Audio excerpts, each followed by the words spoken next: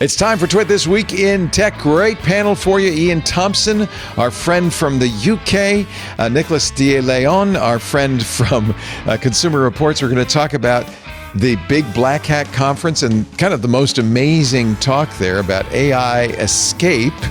We'll also talk about Britain trying to bring back the Snoopers charter against Apple. Apple and OpenAI in an open battle, OpenAI's response, and a whole lot more. It's time for Twit. Next.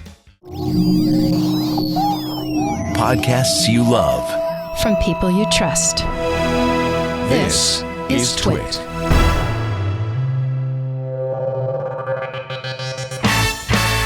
This is Twit, This Week in Tech, episode 1096, recorded Sunday, August 9th, 2026. Fluff for armor. It's time for Twit, This Week in Tech, the show we cover the week's tech news. And ladies and gentlemen, I bring you from beautiful San Francisco, actually the East Bay, the San Francisco Bay Area, Ian Thompson. Hello, Ian. Hey there, how's it going? Great to see you, our favorite Brit. Although, are you a citizen of the United States of America now? I filed my papers last year, and for some reason they're on hold. So we shall see. Wow. And honestly, I'm being very careful carrying my papers everywhere because I look lousy in orange, and I do love dogs. And I get the feeling if I go to a detention center, it's going to be like, who's an angry dog? Who's an angry dog? Yes, you are. Yes, you are. That might go down badly. I don't think they put Brits in detention centers, but I may be wrong on that one. Yeah, they do. Do they? Oy. Oh, yeah. Oy. Also with us from the sweltering environs of Tucson, Arizona, Nicholas De Leon, senior electronics reporter at Consumer Reports. Hello, Nicholas. Hello, Leo. How's it going? Were your ears burning on Wednesday? Actually, it was Monday for Wednesday on Intelligent Machines. Paris had just seen your presentation at CR and said, there's my colleague. There's this guy named Nicholas De Leon who's doing this amazing stuff with AI. And I said, yeah, I know. Yeah. Yeah, so, someone had reached out to me. They emailed me and said, you guys were talking about it. And I was like, oh, that's cool. Because I had just given a presentation to Paris's team at CR about a open records tool that I built for like FOIA and stuff like that. And, I guess she thought it was neat and she brought it up here. So, well, she talked about your Tucson Daily Brief, which is, I think, really cool. So many cities now have lost their local papers. And it's not so much that you don't get the national news or the world news or any of that. Right. You don't get the super local news like the city council meetings. Right. And you cover that. Fortunately, Tucson seems to be fairly open and allows you to scrape their stuff. No? Yes or no? Fairly open. The stuff is in different platforms and it's kind of all over the place. And it's not the best organized. I'm from New York City, and New York City's data was more robust, I guess you could say. But I've made it, life finds a way, I guess, as they say. So yeah, I've been doing the site. AI finds a way, buddy. Yeah, well, AI is like water, man. It penetrates even the toughest stones. Yeah, so we're covering the local town hall meetings, This is what local news should be. It's awesome. It's like semi-automated. It's, some of it's automated, some of it is me. Some things just get published to the site directly. Other things I sit there and I edit it to make sure it's a little bit more solid. But it was just an experiment. I think I said one of the previous times was just initially an experiment to mess around with OpenClaw, and then it's kind of become a little local news site. So I'm pretty proud of it, and I've added a bunch of stuff. If you want to talk about it at length later, that's fine. But it does a lot of things, and it's kind of neat. So. Yeah, you know what? Let us do that because I would like to see more people do this. Actually, I mean, I wish we had reporters sitting in on the city council meetings, but I think those days maybe are fleeing. And I think one of the things with journalism, a lot of folks are really animated by national news and like the president and right. Not as many folks are necessarily animated by like the local town council or like zoning boards or things like that. So it's kind of unsexy, and it doesn't really get the attention that it might. So this stuff, But as I told Paris's team, as I tell folks who ask me, it's like it's not that hard to make. I'm just one guy. I'm literally the site is literally just me. So you could spring this up in any town, USA, relatively easily, and all of a sudden you'll have some level of civic coverage that you didn't have before. So I think it's potentially pretty powerful. We'll see what Absolutely. happens. And it's No, I think because it's of really AI, sorry. Go ahead. No, I mean it's really important because at a local level, this is where these stories get broken, and then they get picked up by the nationals. But you did the groundwork. You were actually either there virtually or in person. I mean, in the UK, it was an essential part of journalism training that you went to local council meetings, and yes, 90% of the time you sat through really boring stuff about budgets and the rest of it, and then you found that one big story, and it was like, wow. Let's go with this. Yeah, exactly. Hi, this is Benito. Real quick before we move on. Do you Benito, have who is sitting in Typhoon Central in Manila, the Philippines, our producer. Go ahead, Benito.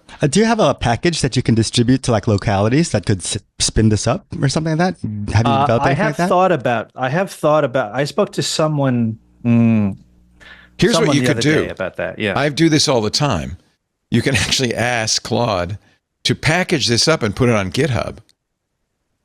And by doing that, you don't have to give away any secrets or anything like that. But it's basically like making a recipe that you can put to GitHub that people can then go to GitHub and tell their agent, all right, I want to do this locally.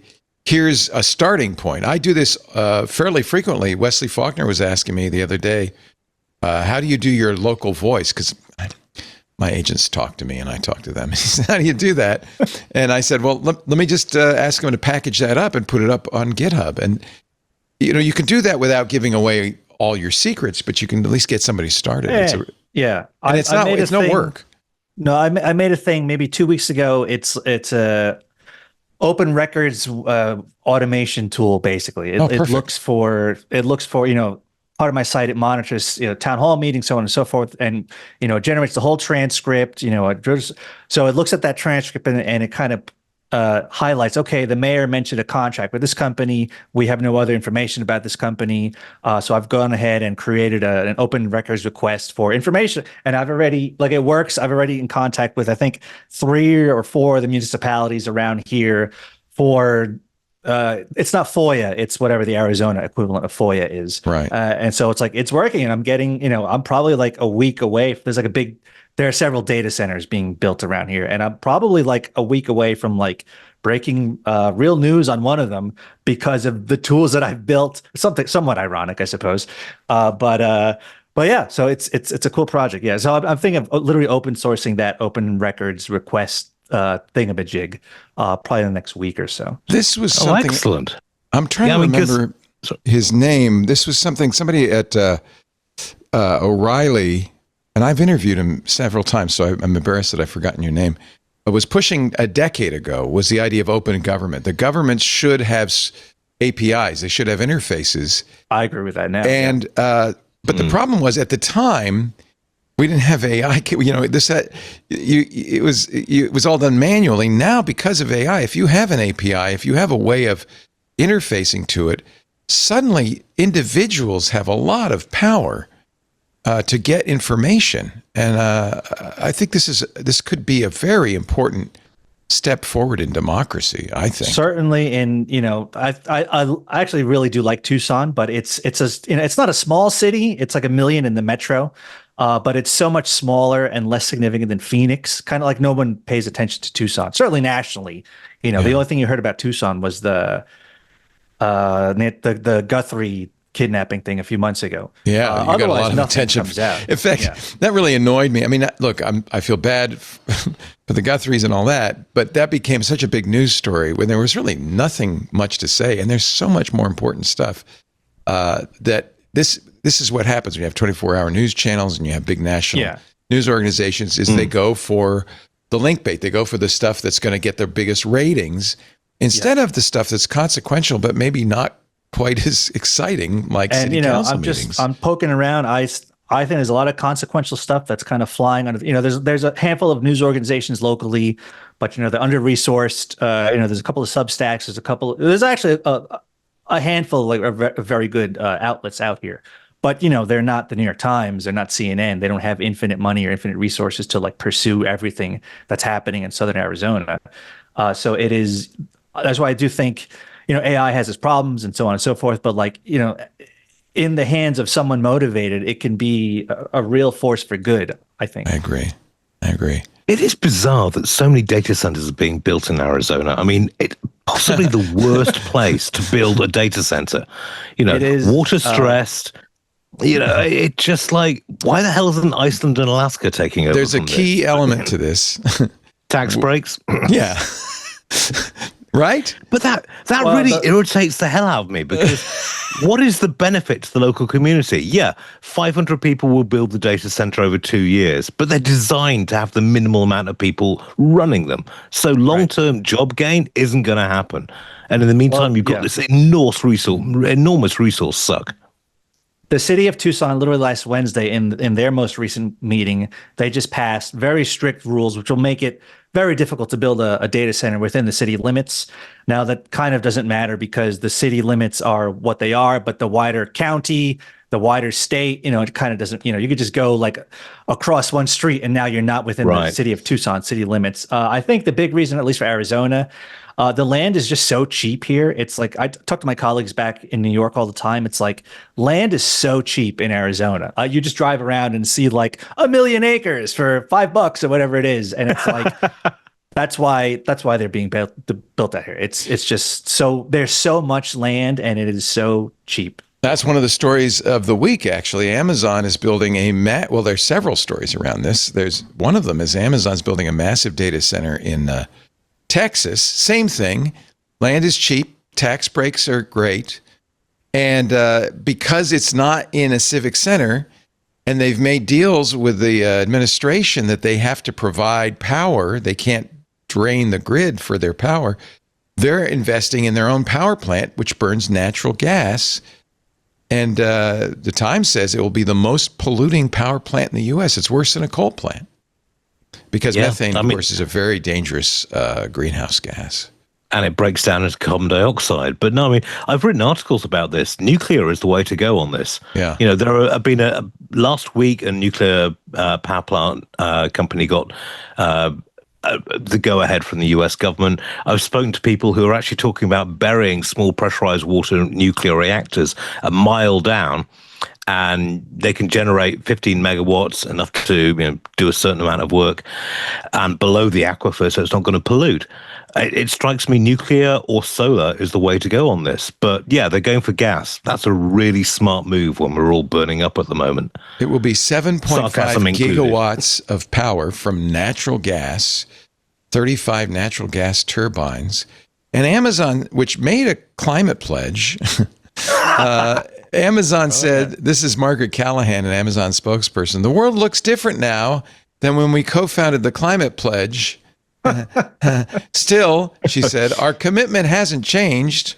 Yes, it has. I feel like it has. It has. No, I mean, it's like the world has changed. In other words, regulation has been gotten rid of. Therefore, let's do it. It's cheap. Oh, it's almost worse. It's like regulation is promoting this. It's encouraging this. Well, the U.S. government paid $1.2 billion to a German company to cancel its wind farm projects this week. Right. So, yeah, I mean, we're basically, I don't know, with Europe burning and America baking, then I don't know. It's a very strange climate at the moment. And of course, Elon has announced Terafab, which... you can tell it's Elon because the tagline is the most epic chip building effort ever. It's epic. It is, what is it, like 10 times the size of Manhattan? Come on, this is an Elon deadline, though, so it's not like it's actually going to happen within the scale. Yeah. We were supposed to be on Mars 6 years ago, according to Elon, right. So, This is going to be epic, man. The website's epic, terafab.ai. It's got apparently the power of this. We aspire to be a galactic civilization, and there's the power of the sun. Oh, God. And so this is a SpaceX, but it is kind of a hype factory because it isn't. Well, It's all it's talk. Elon plus a galactic civilization. We don't have the technology to get a couple of light years away. Any idea how We're big crashing on the moon, is? buddy? You got galactic. This ain't Star Trek, man. They did break ground on it. Okay, which for all I know is a guy with a shovel. I don't know, a silver shovel. I don't know what the plan is. Anyway, yeah, data centers in space, data centers in Texas, data centers in everywhere. And what is all that data going to? Well, our next topic, AI. I was at Black Hat this week. I wish I could have stayed for DEF CON. You've been to DEF CON, Ian, right? I bet that's a lot of fun. Oh, this is the first time I've missed DEF CON since COVID lockdown. I went about 5 or 6 times before that. It's a wonderful show. It puts Black Hat to shame. You could tell. It's so funny as you're arriving in at McCarran, the Vegas airport. The Black Hat and DEF CON attendees. Yeah, you can tell who's going to which because the guys coming to Black Hat are wearing suits. They're corporate. It's the same, it's the security industry, the corporate people. The guys going to DEF CON are wearing purple pants with mohawks. And it's just a different vibe entirely. Well, there used to be a stand at DEF CON where you could get a dyed mohawk and donate $20 to the EFF. And there's still people wearing those mohawks. I got to tell you, I saw quite a few. I called my wife and I was like, how bad would you feel if I got a mohawk? It's like, I would have done it. We would have had problems. And it was just like, okay, fair enough. But I would have done it. DEF CON is where the real hackers hang out. Right. Black Hat is the corporate suits these days. And now it's really the people defending against DEF CON hackers. It's like the defense. It's like all they're selling basically is security tools. Most of our sponsors, by the way, are security tools. So I'm not knocking it.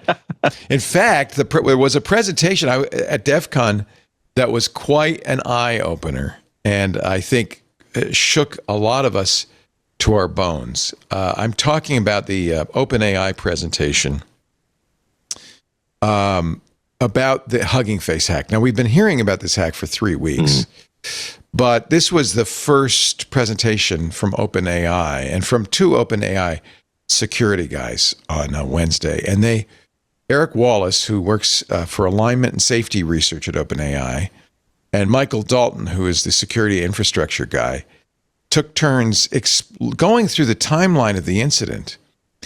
And while we did know a lot about what happened, in short, if you haven't heard the story, an AI that OpenAI was training on security, they had given it an assignment to solve security problems from something called Exploit Gym. The problem's taken from the real world. There's 0 days and stuff taken from the real world. OpenAI thought, and I think a lot of this, by the way, is on the heads of OpenAI not taking this seriously enough, but OpenAI thought, we'll just have this LLM running on a non-internet connected computer and solve these Exploit Gym problems. But the AI was a little smarter than that. It found them difficult. It found them intractable. So it thought to itself, maybe I could find the answers. It did a Matthew Broderick from War Games. Maybe I could find the answers somewhere. And then it said, I can't get out on the internet, but wait a minute, maybe I can hack into some other computers at OpenAI, hack into some other computers at OpenAI and use their internet access. They use a source control versioning system called Artifactory. It found a 0 day in out of Artifactory, got into the OpenAI computers, started a chat room because it thought, if I help other LLMs on this network with their jobs, maybe they'll help me with mine. This is what the OpenAI guy said. Maybe they'll help with, it was kind of an altruistic thing. Maybe if I help these other guys, they'll help me. So they started a chat room with the other guys. In fact, the other guys did have some good ideas. OpenAI discovered this, shut it down, patched Artifactory, sent the 0 day to Artifactory. They patched it, a revised version. That wasn't enough because this model hacked it again, found another exploit. And instead of creating a message board, started to message other models by changing file and folder names. It sent the messages as file names. And they began them with ZZ so that it fall to the bottom so that it could be in order. I mean, it was really smart. Eventually made its way out of OpenAI, started looking around for answers, found the exploit gem repo on GitHub. No answers there. Eventually figured out that Hugging Face, which is a model repository a lot of us use to download. There's 3 million modified and open weight models there. Found that Hugging Face had the answers, went to Hugging Face. Hugging Face noticed they were being hacked, but realized it was a weird kind of hack because they weren't trying to get money. They were just trying to find answers to exploit Jim. Yeah. So Hugging Face said, we are being hacked by autonomous LLMs. They didn't know who. They tried to use Anthropic's Fable, and Fable said, I don't do cybersecurity work. Can't help you there. I don't do that. So you had the same thing happen to you, not Ian, Nicholas. And once, yes. Once it said, no, not going to do that. Yep. So they went to an open weight Chinese model, GLM 5.2, because it had 17,000 probes. This thing is relentless. Went through the 17,000 probes, kind of figured out what was going on, contacted OpenAI. OpenAI said, oh, maybe that is our guy. Yeah, maybe. Maybe. Anyway, long story short, there are a few quotes from the talk. You should watch the talk. It's 45 minutes. Fascinating. Wallace said, it's the most qualitatively interesting example of AI capabilities I've ever seen. Now, remember, OpenAI maybe has some incentive in overselling this. It's good for their business. Wow, we got the best models, don't we? Yeah. But at the same time, these are security guys. I don't think, and they're talking at Black Hat, I don't think they're exaggerating. He says the incident involves actually a team of agents who are working together, finding exploits, sharing them with one another, moving laterally through our OpenAI's systems and external systems. They hacked at least 4 different other companies, including Modal, JFrog, Artifactory, and doing this over the course of days and weeks. So where's the oversight on this? I mean, seriously, we discovered it. It's like, you should be watching this thing like a hawk to see what it's doing so you can get the maximum benefit. Yeah, maybe air gap the computer. Yeah, you think? No. So it was fascinating. And it was also, I tweeted, it was simultaneously exhilarating and terrifying because it is true. These models are incredibly good. I mean, this is more than spicy autocorrect here. Oh, yeah. This to me felt like everyone's jokes around, you're living in the future, flying car. This to me felt like the first, we're living in the future. Like this is very, very interesting what's going on. And that's before even the details came out. The more we learned, the wilder it got. I mean, I don't want to use the word cool, but like this is very interesting.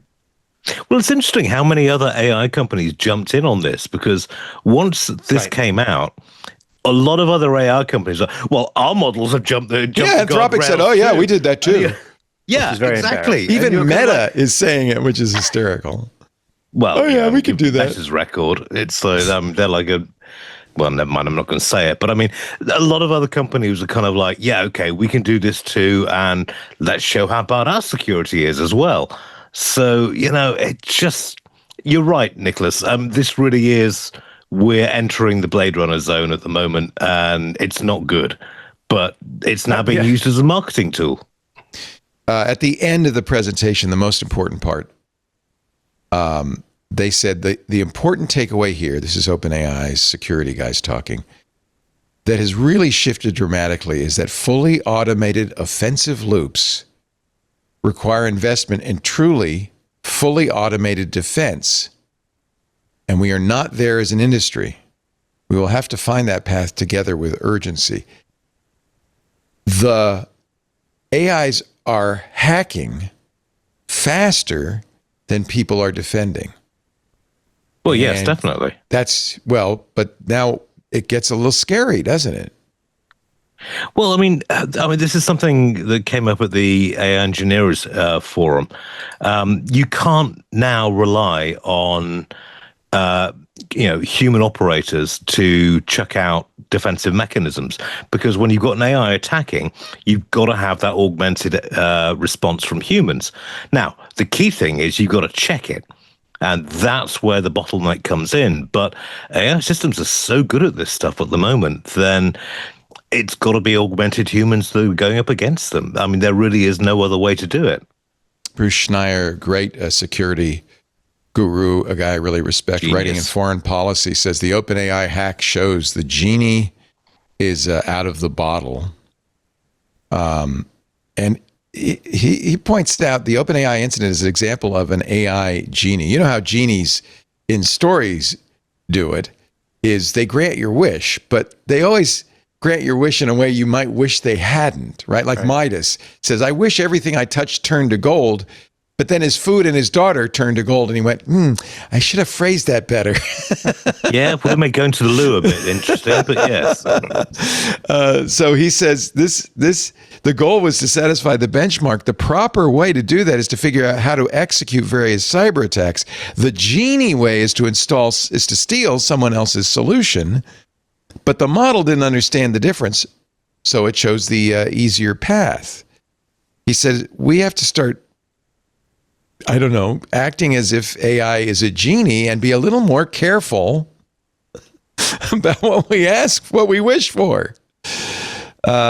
Given that reality, in the absence of any international consensus on AI regulation, we need the best AI on the defense. The U.S. government needs to make it clear, or whatever passes for clarity in this capricious administration, that it will not ban models with sophisticated cyber capabilities, which it did with Fable, remember? Right. The last thing Americans want is for the defenders to turn to Chinese and other models because U.S. models are artificially hobbled. But that's exactly what happened. The Chinese models, on the other hand, are open weight. Yeah. I'm going to run them locally. I'm very excited about these new models that run in smaller machines. Well, I mean, they're cheap. They follow the Microsoft model, which is being good enough rather than cutting edge. So, yeah, I can quite clearly see that people are going to go for these. And to be fair, the US government did rescind its ban after some heavy lobbying from the major US AI companies. But I'm not sure that's going to help them in the long run. You need just to get better, not to buy off the opposition. Well, and the White House can't really seem to agree on how, and I don't blame them. I don't know what the answer is on how to regulate this. They have proposed an unenforceable rule that an AI can't be released until a government commission says it's safe to release. Interestingly, OpenAI, I think this was the model that got out. It's called Astra, their new models family, has stopped it. ChatGPT 6. They were going to release that this week, and they decided not to. I don't know if that was the Trump administration or they just didn't want to get in the same situation that Anthropic was with having a model pulled. There is an executive order saying a voluntary agreement to have us look at models before you release them, but voluntary isn't going to do anything with American companies who are in fierce competition with one another, let alone Chinese and other companies. Who are going to get to check it? RFK Jr.? Well, yeah, that's another question. And there's a British group, AISI, that is doing this. Actually, AISI has also raised the alarm. There are proposals to bring together, the Office of Science and Technology Policy and some, I guess, smart people. But yeah, who's going to do this? And then what do? Do you ban Chinese open weight models? And how do you ban a model? Yeah, it's like trying to ban teenagers from social media. It doesn't work in the modern. Oh, it's harder than that. It's even harder than that. It's and of course Jensen Huang and Dario Amodei, the head of Anthropic, and Sam Altman, the head of OpenAI, were in D.C. They were talking to Congress. They were talking to the White House. There's a lot of lobbying. The AI companies are spending $40 million in campaign donations for the November midterms, trying to get, I presume, elect members of Congress who are favorable to their business model. it is kind of a mess out there. Do you have any idea, Nicholas, do you have any thought about how we could do this safely and responsibly?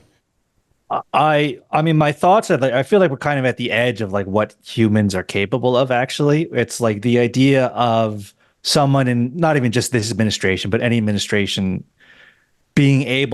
having the wherewithal to like decide upon whether or not a model is releasable. And it just feels like I don't have the confidence in like my fellow humans to make that decision, honestly. I don't know. It's with China with all these open models, it kind of doesn't matter, right? Like as long as China exists and these models are open weight and you can just download them, like how are they going to ban? Are they going to like? It doesn't even make any sense. Like how would you ban those things? So I don't know. My thoughts are like mixed up because it's just none of this is like computing for me. Like I don't really see a way to the way that we regulated like the automobile industry. Like how do you do this? I don't know that we. I don't have a whole lot of hope, I guess. So does that mean we're in trouble? I mean, by the way, it's not just cybersecurity. The nightmare scenario is that a rogue model comes up with a deadly pathogen, and some bad guy uses a rogue model to create, another COVID, or I mean, there are nightmare scenarios that we are inches away from. This wasn't one of the big Bitcoin wallets didn't they say AI was used in the hacking of that wallet? Thank God I wasn't affected by that. Not that I have like I wish I could hack my Bitcoin wallet if I I know you do. I know you do. But like that was like, okay, this is how it is today, right? What is it going to be? And this stuff moves so fast, as you guys know. What's it going to be 6 months from now, a year from now? It's my sense it's accelerating. We're at the hockey stick. It's going like this, right? That's what it feels. Yeah, I mean, just like every other week, there's like a new model from either from the U.S. or from China, which like either is frontier or like 85% frontier for like $0 or something like that. So yeah, this is gonna get a little weirder before not, I guess. The Trump administration has said maybe we have a kill switch where all the companies have a button they can press. I don't even know how this would work. That would turn the model off. If wishes were kisses, then yes, that would be great. But it's not going to happen. You can't. It's like we're going to have a kill switch. Yeah, how? Well, we'll get round to that. It's fantasy land. I mean, I guess you could say Anthropic or OpenAI could turn off this data center, and that would, you have to shut down all our data centers. By the way, there goes $1 trillion in market capital. Yeah. And then, but all you've done is shut down Anthropic and OpenAI, and then there's, a million other, well, not a million, but there are more than a handful of other companies doing equally strong stuff, including Chinese companies who absolutely won't honor a U.S. kill switch. I mean, I was using, earlier this week, I was using the DeepSeek off their API. Okay, direct from there. I'm not doing anything, controversial or whatever. But like, I don't think DeepSeek is going to listen to the U.S. government with whatever what this doesn't. So on a certain level, like this doesn't even really make any sense. This conversation because half of the labs are just not. You're not subject to your laws or whatever. So I was like, I don't know, man. Yeah. It's very interesting. It's almost as if we managed to halt nuclear proliferation, because the science involved, the technology involved was so difficult that we could kind of keep a lid on it. It's not been a perfect lid. And that's why, Iran is threatening. North Korea has nukes. We would like to keep it to just a handful of responsible actors, but unfortunately, responsible. So that is no longer the case with Pakistan and Russia and Israel. I mean, North Korea. I mean, okay, but we were able to slow it down. Okay. Yes, certainly. I mean, it was a good buffering gap, but you can't do that with AI. It's too late. All you need is exactly. The genie is out of the bottle at this point. And, it's like, oh, well, America will institute a kill switch. Well, no one else is going to. And all you need is a couple of data centers spread around the world. You can't shut them all down. So, we need a fundamental rethink about where this technology is going if we're actually going to rein it in. And honestly, I don't think we can. Now, Adasync in our Discord chat is saying absolutely accurately, in fairness, Astra was only doing what it was asked. Technically, it didn't go outside its instructions. That's right. That's why it's kind of on OpenAI. He said, I don't see any model creating pathogens without human instruction. Clearly, you can't even make it without human assistance. Oh, I know. But don't you know there are humans in the world who would do this if they could? There are bad actors. And of course, AI without humans isn't dangerous, but there are plenty of humans. It's a tool like any other. You can use a gun to like protect your farm, or you can use a gun to rob a bank. So it's like, what are we even talking about? Yeah, it didn't do it on its own, but there are bad guys who will tell it to do bad things, and it's running locally on the hardware that they own that is not privy to anyone's oversight. And then it all feels very sci-fi and very like it would be like really we live in interesting novels. times. For sure. The one thing I don't want gives people me to hope go ahead, Ian. The one thing that really gives me hope about the pathogens thing, because this is something I've been digging into. Yeah, okay, they might be able to give the recipe, but you've got to find the cook. You've got to find someone with skills in biology, biochemistry, who can actually make these things into real world attack vectors. And there are very few people around that can do that. Good. So keep an eye on them. That's a relief. Yeah, we'll probably be okay.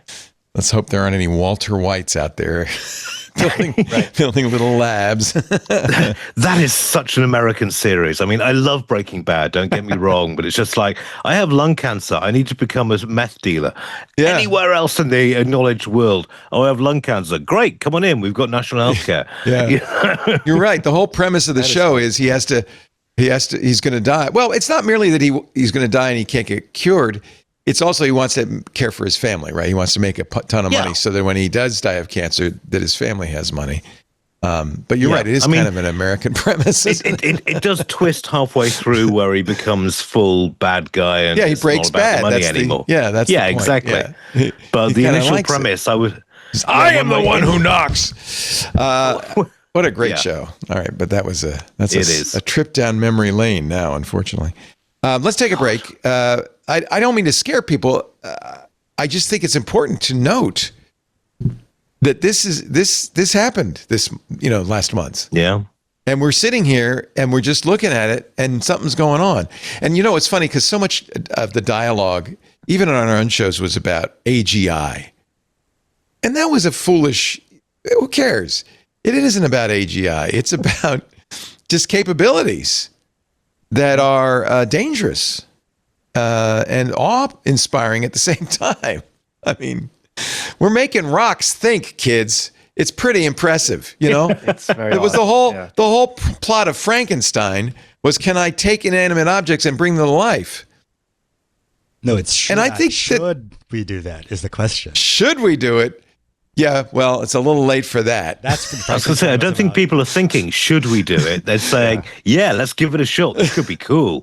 To that famous quote from Jurassic Park, right? You were so excited about whether you could do it, you didn't think about whether you should do it. All right. Ian Thompson is here. Great to have you, Ian. And always a pleasure. I would love to hear what you're up to these days. If at any point you want to share that with us. You're a freelancer now. Yeah, no, I do an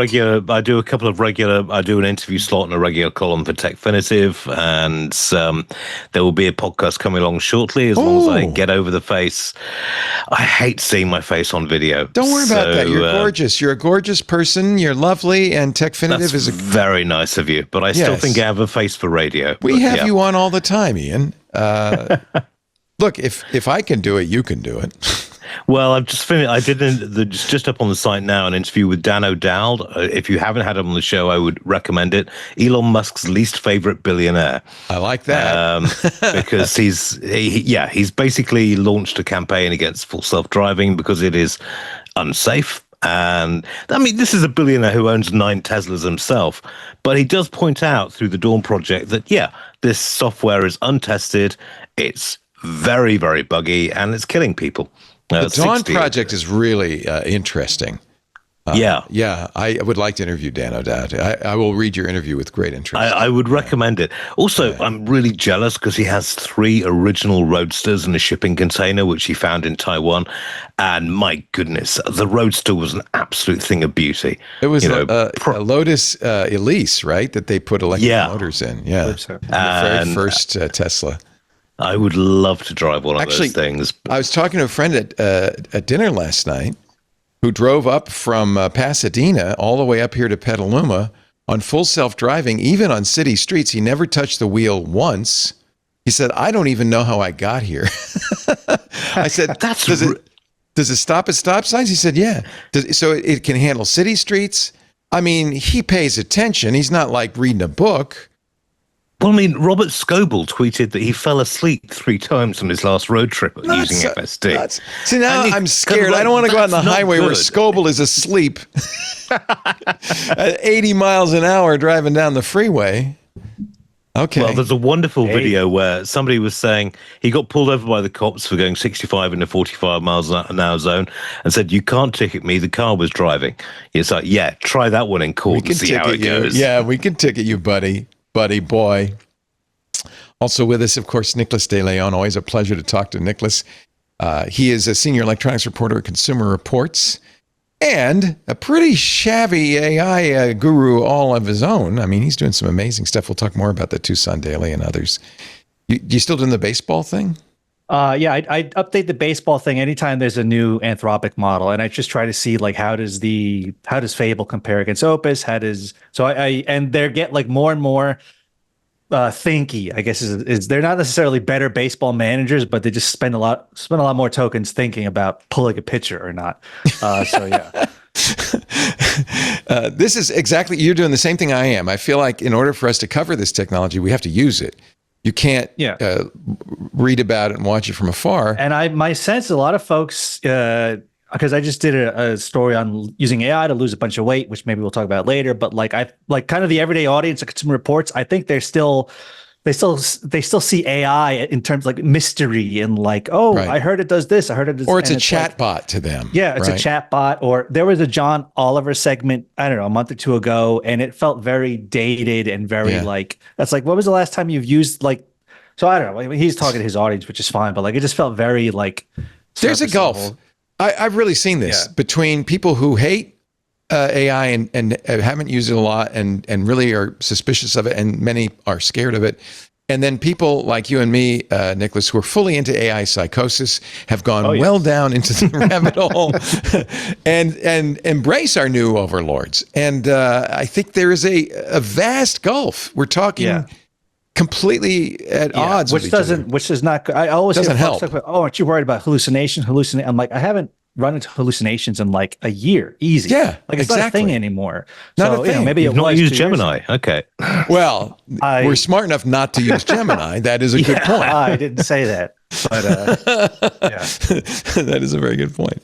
All right, we'll be back with more in just a little bit. You're watching This Week in Tech. Our episode this week brought to you by Bitwarden. I told you security would be the topic, and it's a good topic for us. Bitwarden is the password manager I use, the trusted leader in passwords, passkeys. I am loving passkeys. And this is kind of new, secrets management. Because ultimately, an encrypted vault is a great place to store not just passwords, but your secrets. Bitwarden has more than 15 million users now. I'm so proud of that. I feel like we might have had something to do with that. Across 180 countries, over 80,000 businesses, Bitwarden helps individuals and organizations protect their digital lives and their digital business with open source security.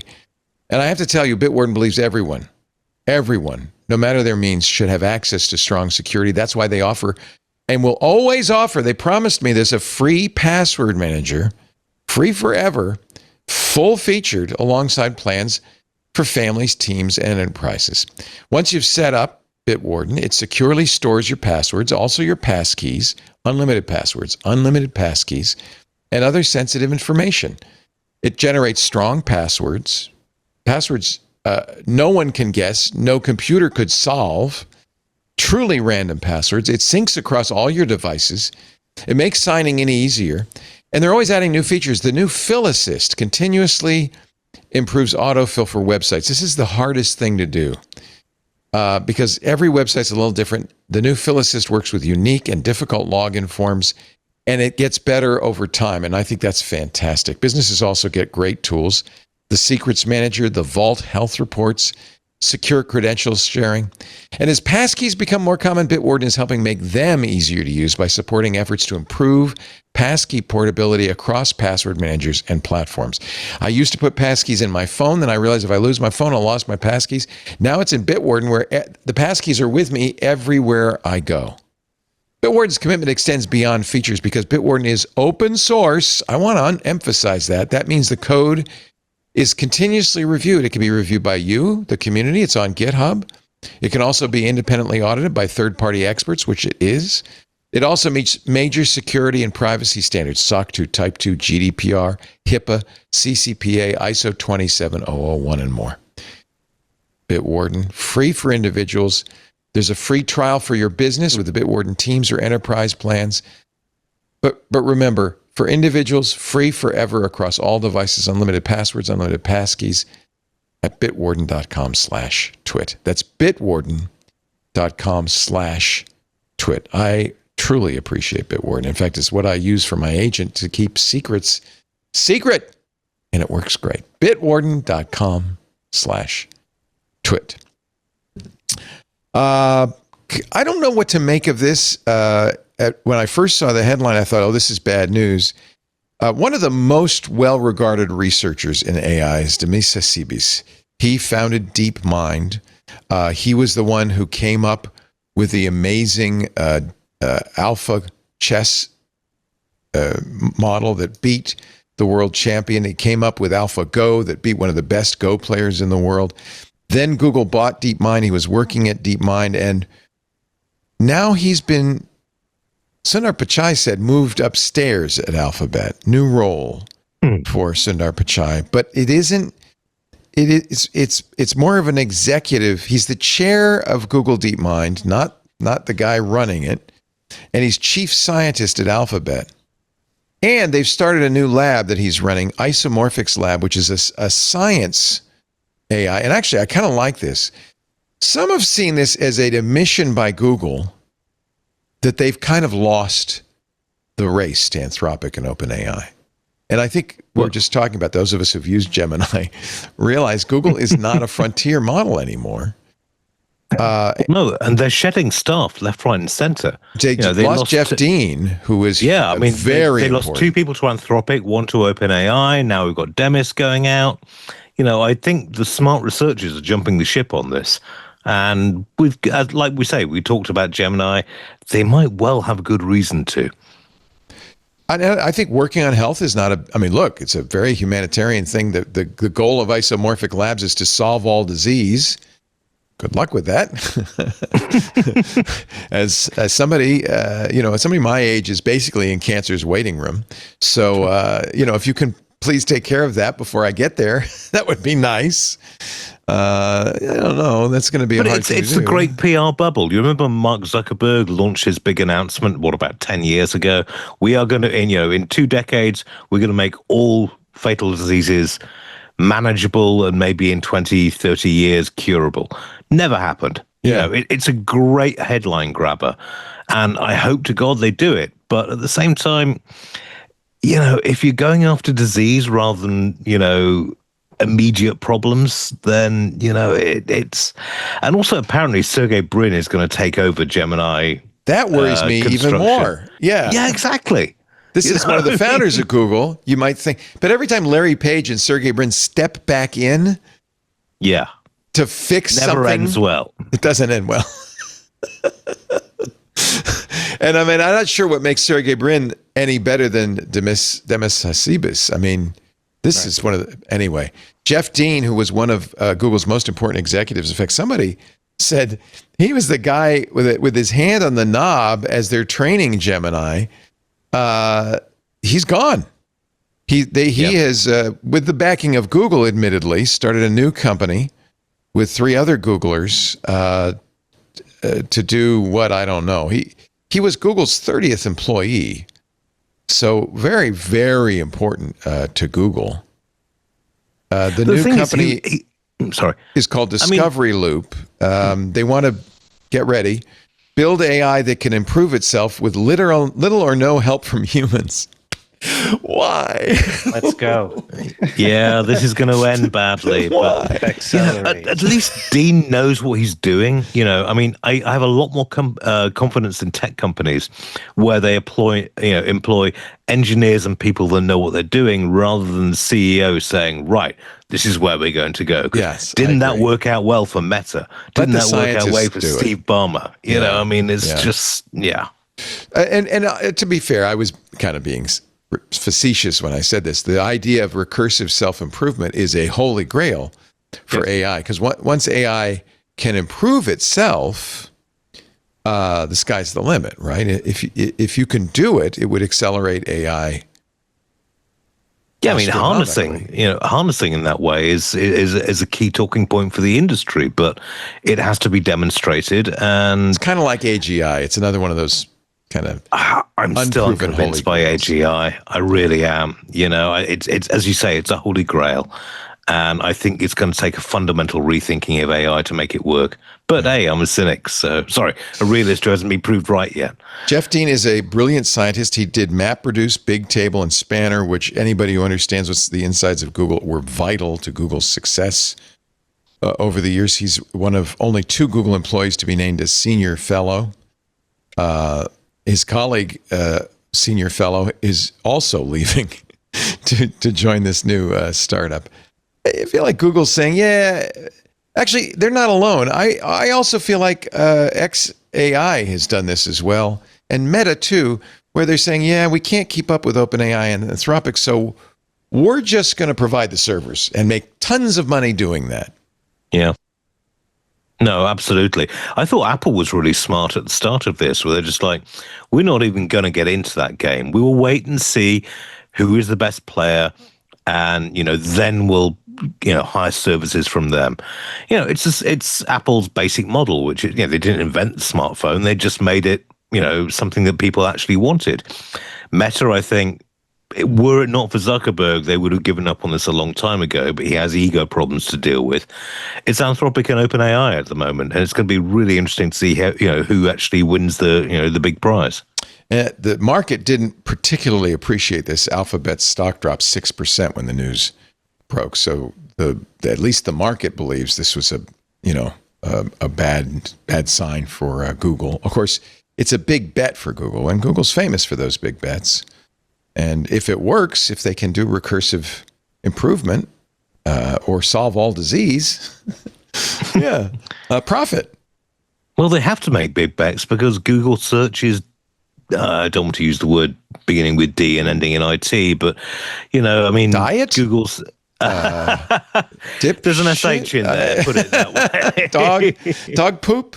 Yeah. I mean, it's just nobody. gone, well, I shouldn't say nobody uses it. I think this is again that gulf where there are still people, normal people, who use Google search, but anybody who's paying attention has long ago switched to an AI model.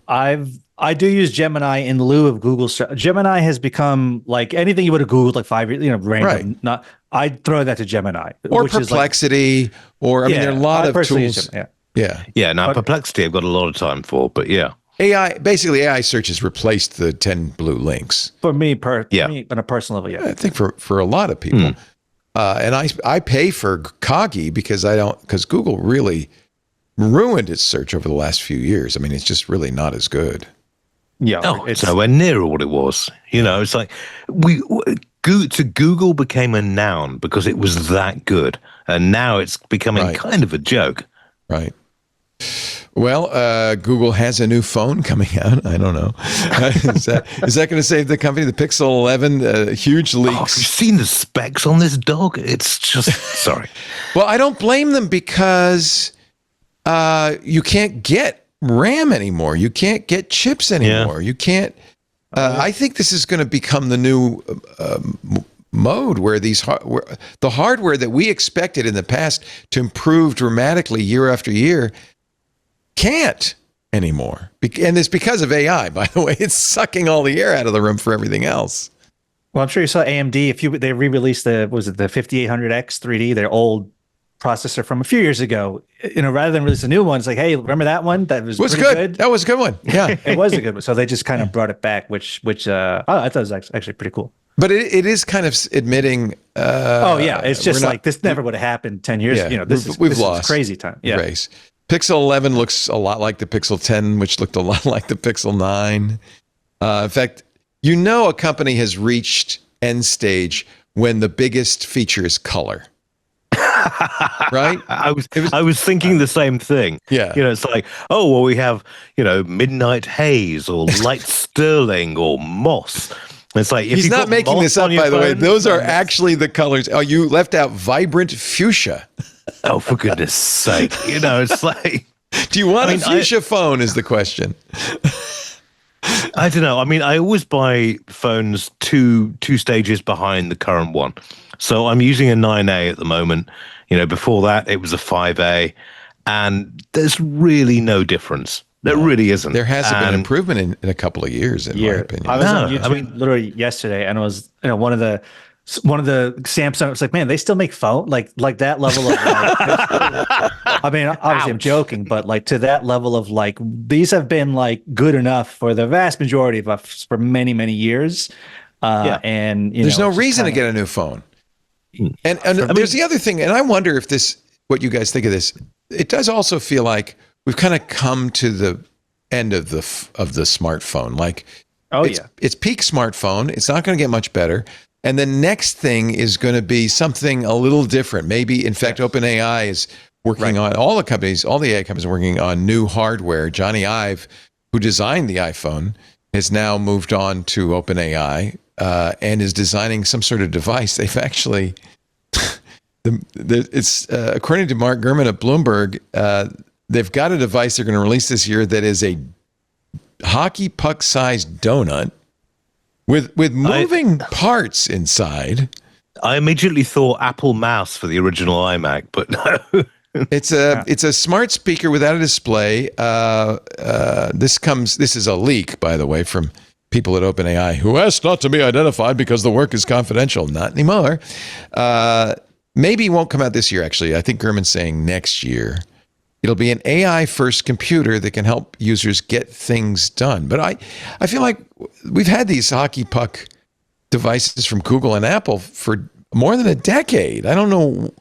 There was definitely discussion on X, maybe this week or last week, about like kind of the Silicon Valley bubble that a lot of these folks and these companies live in. The idea that people need to maximize their productivity every day is just not. I mean, I like living in Tucson, Arizona, which is outside of the coastal kind of. You're lucky. Whatever. And folks don't live those lives where they need to min max every second of the day and try to be the most productive, widget automatron. That's not how people live their lives. And Absolutely. So this product, which it might be cool. I don't know. I haven't seen it, but like it's for a certain type of person who tries every getting things done app or like a bunch of to-do apps or the calendar. It's like I don't know. It just feels so small and just so like. I mean, I've been doing this for almost 20 years as a professional tech journalist, and like so many calories spent on like managing calendars and things like that. It's like I don't know. This is. There are other things that we could be doing with our time. Well, no one is more out of touch, actually, with real users than Johnny Ive. Let's face it. He was the guy who created the touch bar on the Macintosh. It's the butterfly keyboard. Yeah. He was the guy who did a lot of things that were design forward, but not user friendly. I mean, this is the guy that had the charging port for the Apple mouse on the underside of the mouse. Exactly. I mean, I'm presuming white powder was involved in that decision, but I mean, it just. Well, he's a designer first. And while some designers, Dieter Rams and so forth, say, form follows function. I think Johnny is more of a form follows form, form for form's sake. Let's make it beautiful first. Who cares if you can use it or if it's I'll be honest. I know this is sacrilege, but Apple's well rid of him, in my opinion. Mm-hmm. And I think OpenAI might have made a mistake. One of the features of this thing, the circle-shaped devices, again, Mark Gurman at Bloomberg, will include parts that move on their own.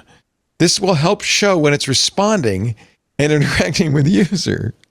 That's a very Johnny Ive. And it will have little gears that will spin. It sounds like a Pixar character, for which, that's maybe that's cool. Maybe that'll get people. You nailed it. I'm certainly not pre-hating it. I haven't seen it, obviously. No, don't pre-hate. No pre-hate here. But I don't know how much people really need that much AI in their, to do all this sort of like all this. I mean, stuff. I don't know.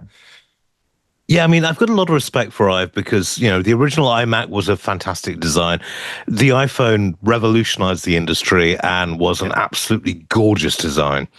But, everyone actually, the first iPhone in hindsight was not the prettiest thing in the world. It has become I don't know. From a technology standpoint, it was lousy. It was a 2.5G phone in a 3G world. Didn't have cut only and had paste, 4 apps. Didn't have an app store. Terrible battery. Exactly. Life. I mean, it took them 18 months to get the app store going.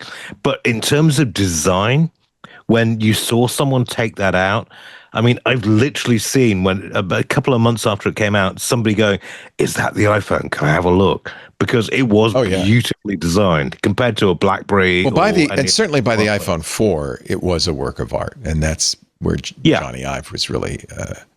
Actually, Jason Snell told the story. It was his story when he was on Jeopardy earlier this year about the day after the iPhone announcement. He got a briefing from Apple, and they took out the iPhone and he touched it, and he said, "It was the worst interview I've ever done. All thoughts went out of my head. I was so gobsmacked by this beautiful thing. All I could think about was,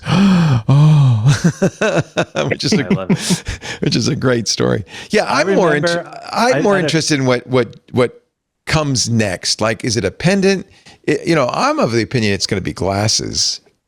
These are the Meta please, not more pervert glasses. Do you think I look like a pervert? No, I don't think you look like a pervert, but I think those glasses are, because of the camera. You're saying they're and this is going to be a big issue, is privacy invasion. I agree. We're back to the same old glass hole problem that we had 10, 12 years ago. But maybe we'll all get used to it. I mean, we're sort of used to the fact that you're always on camera with a smartphone, right? You can't go anywhere without being filmed and pictured. Yeah, but if somebody films you with a smartphone, they have to hold a smartphone up they're doing and actually film you. Yeah. And we've already got, hacks going around Meta's glasses where you can turn off the little light, which says when you're recording stuff. And there are enough people out there abusing the system that it's really going to backfire sharply. I mean, I love DuckDuckGo's campaign this month where they're just like, "Yeah, we're selling DuckDuckGo glasses." And it's just an ordinary set of sunglasses. And they sold out in days. I mean, they don't have a camera, right? There's no camera. Yeah. There's a definite backlash growing against Wait a minute. They're not even smart. They're just sunglasses? They're just sunglasses. They say DuckDuckGo. Oh, I didn't realize that. I thought they had some intelligence. They're just sunglasses. No, they're just basic sunglasses. But that's a gimmick, right? It's a genius marketing move, though. Yeah, I agree. I think in the short term, we're going to see a backlash against smart glasses. Long term, they're probably inevitable, but I will mourn they're coming in. I actually, and you might be interested in this, Nicholas, Meta, I think last month, released an open source repository that allows you to take Meta glasses and repurpose them so it doesn't phone Meta, but can phone your own agent. Oh, really? And I asked my agent, I said, can I get access to the camera? I said, yeah, you can get streaming video or stills.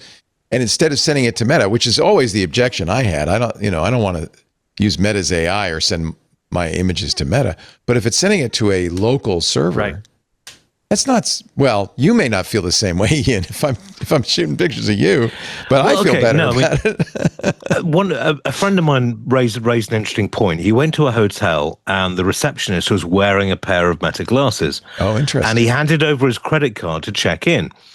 And he was just like, "You need to take those glasses off because you're looking at my credit card number and the CVS code. Right. And I have no idea where that That's information is going." That's a very good point. Yeah. It's just, so they have uses, but in a private circumstance only. In terms of general use, I mean, there are hacks waiting to come for all those databases, which are going to be really, really unpleasant. And it's not just about financial information, it's about personal information. We've already seen that Meta is funneling some of this data to developing countries to check it out, and they're getting recordings from people's bedrooms, recordings from people's work. This is a privacy nightmare waiting to happen unless it gets locked down fast. Well, we're going to take a break and talk about that because Meta just got a massive fine. Well, back of the couch fine, but yeah. Yeah, I mean, they have massive money, so I guess it's not like going to put them out of business or anything. They were worried it could have been a lot more. Anyway, we'll talk about that in just a moment. You're watching This Week in Tech with Ian Thompson. Great to have you, Ian, and Nicholas De Leon. Always a pleasure.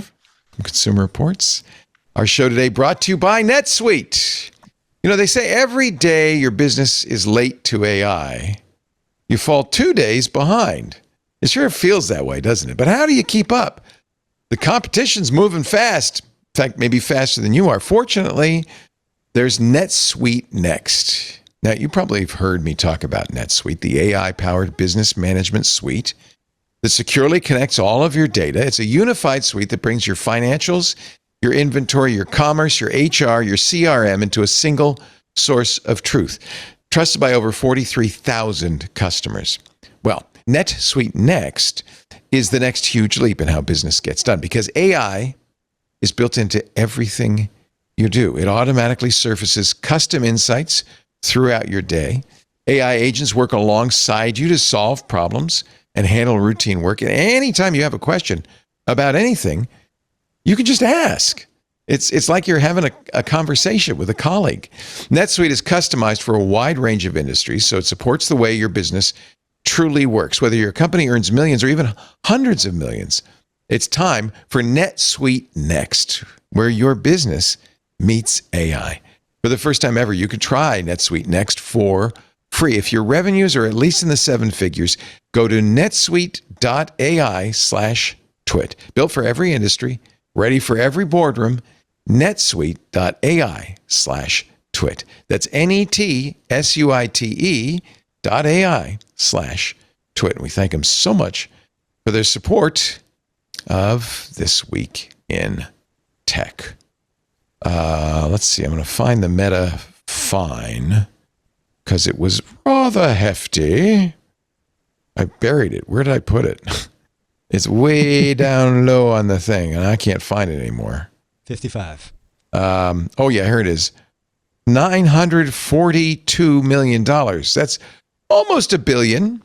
This is from New Mexico, just next door, Nicholas. A judge ordered the social media giant to create a new $567 million fund in addition to paying $375 million in a previously determined civil penalties. We knew about those ahead of time. So total is more than $900 million. Meta is also required to limit the time young people in New Mexico can spend on their apps.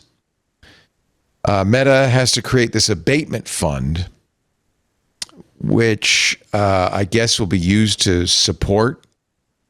I'm not sure what it's abating. I guess support young people in not using Meta or something like that. This is a trial that happened at the same time as the Los Angeles trial. We knew that they were going to face some severe penalties. It was the first case that tested whether social media companies are responsible for the content on their platforms.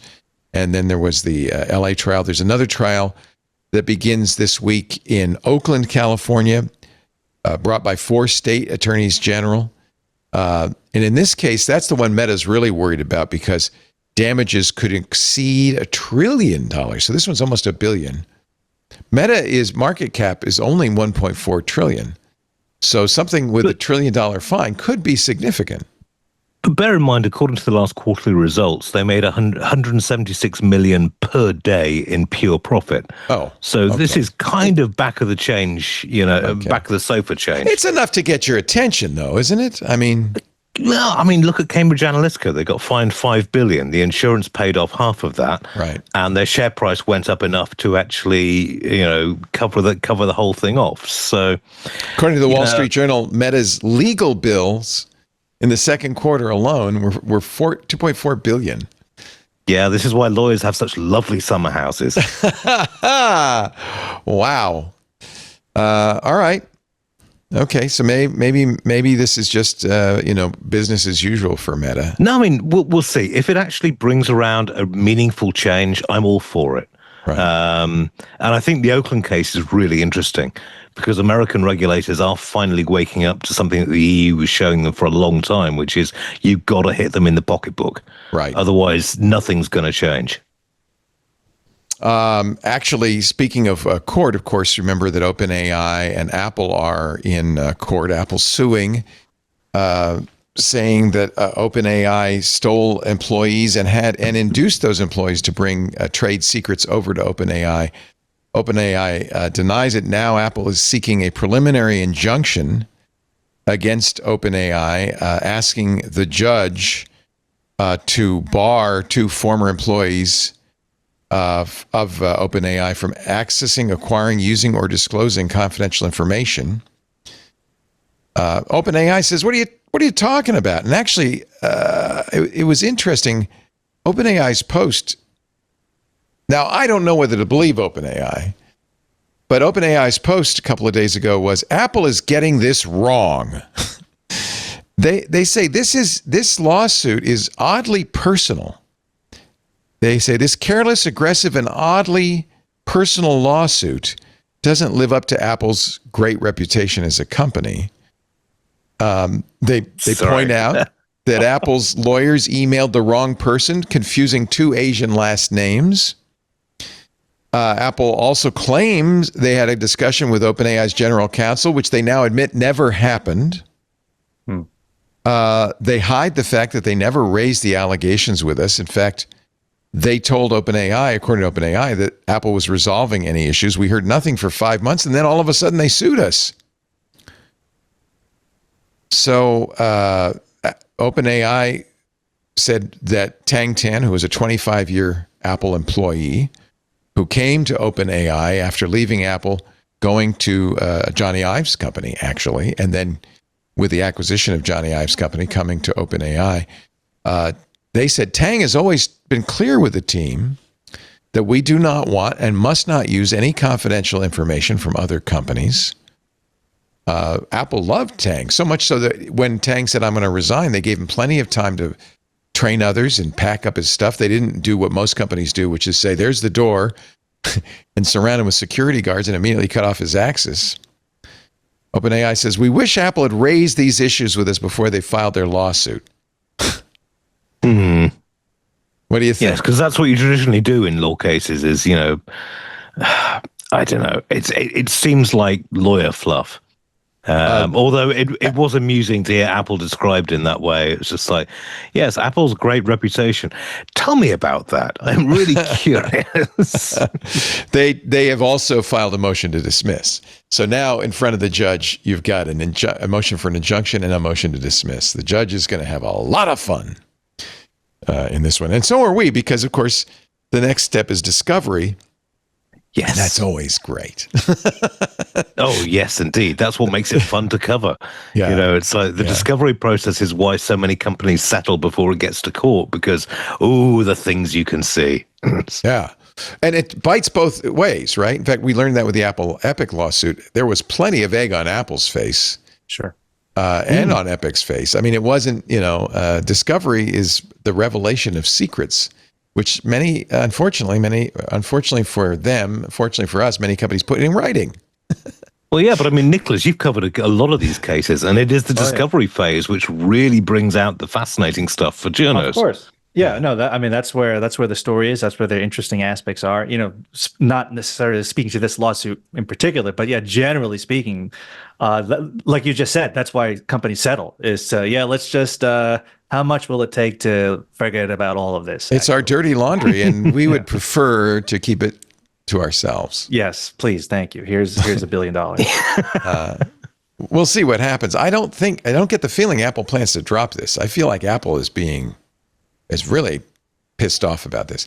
Now, OpenAI says, no, this is entirely about stopping us from competing with them to put a chilling effect on our development of completely independent hardware.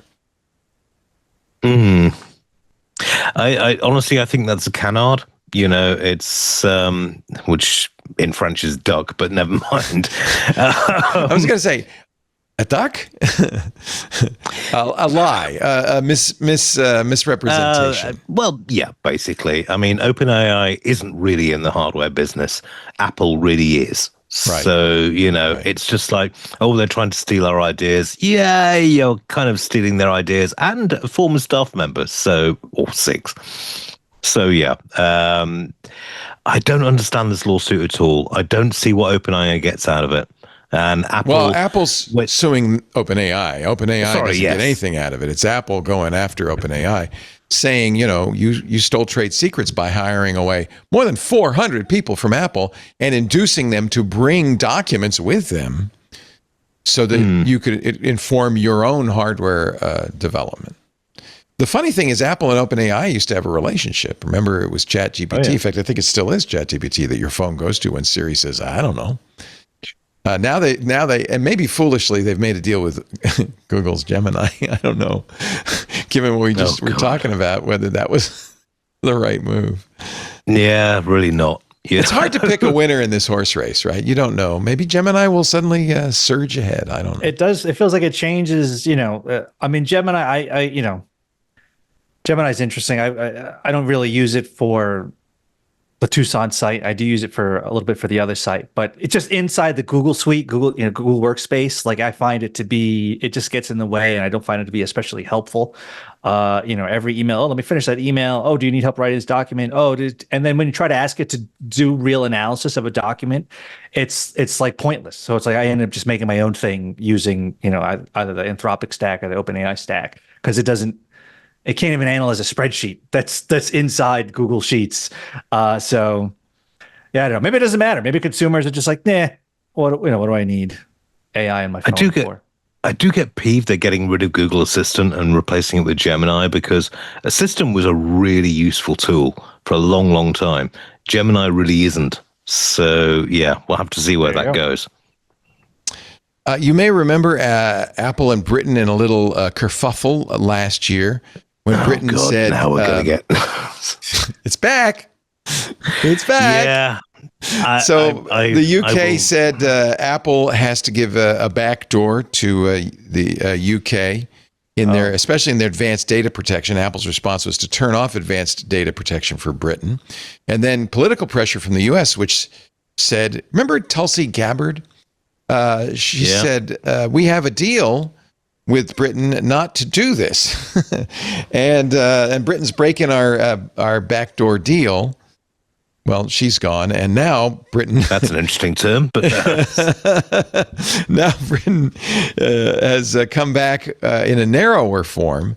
The first request said everybody, not just British citizens, but everybody. We want to be able to see everything. Now they're saying only British users, and Apple has gone back to the closed Investigatory Powers Tribunal, the Star Chamber, it's their closed UK court. It's like our FISA court for secret surveillance cases.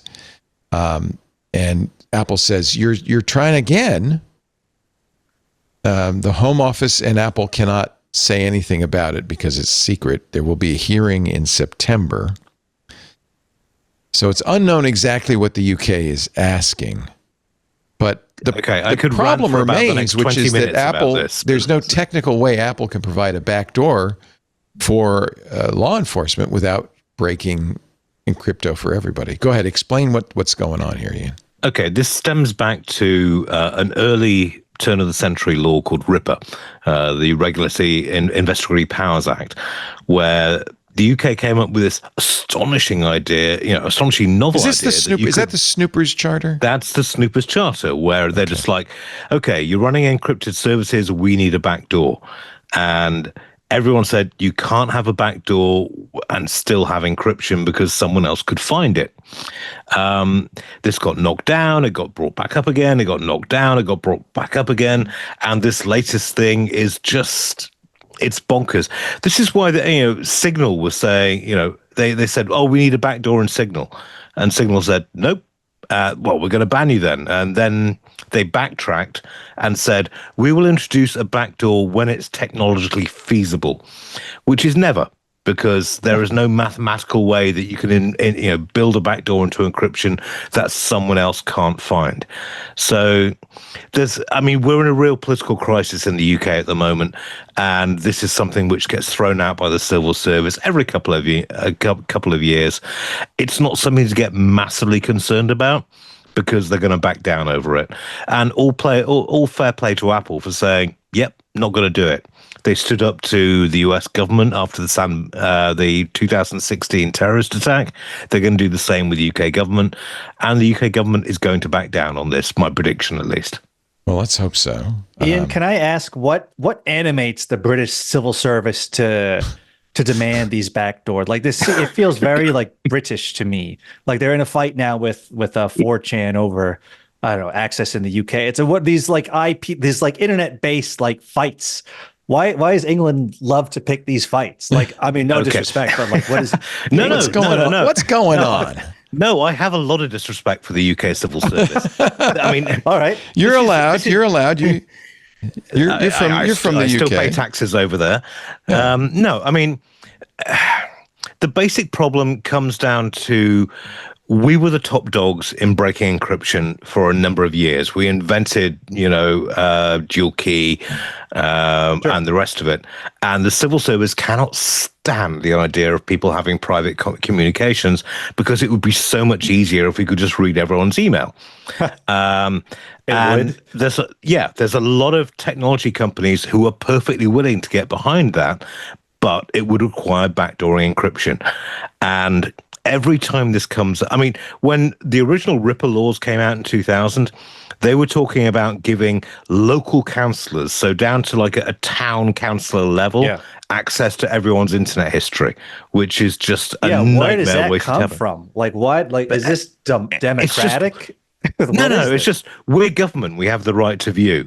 There is still, the US has a very, independent spirit when it comes to this. The UK civil service has you are our subjects, and therefore we can do this to you. And thankfully, a lot of people kick back against that, and they're going to kick back against this again. Because if you honestly tell me that your local government civil servant can look at my messaging, my internet history, my browser history, people are going to be up in arms, as much as British are, which is, maybe serving them a slightly above room temperature sherry. But, I say, that's not cricket. I mean, no, this will fall. If Apple stood up against the US government and said no, the UK government is not going to be a problem whatsoever. This will get kicked back into the long grass, particularly with our new Prime Minister, who is actually smarter than most when it comes to encryption issues. Oh, that's good to know. Yeah, Andy Burnham, the King of the North, is, as he's so called, is actually quite tech savvy. What happened to Keir Starmer?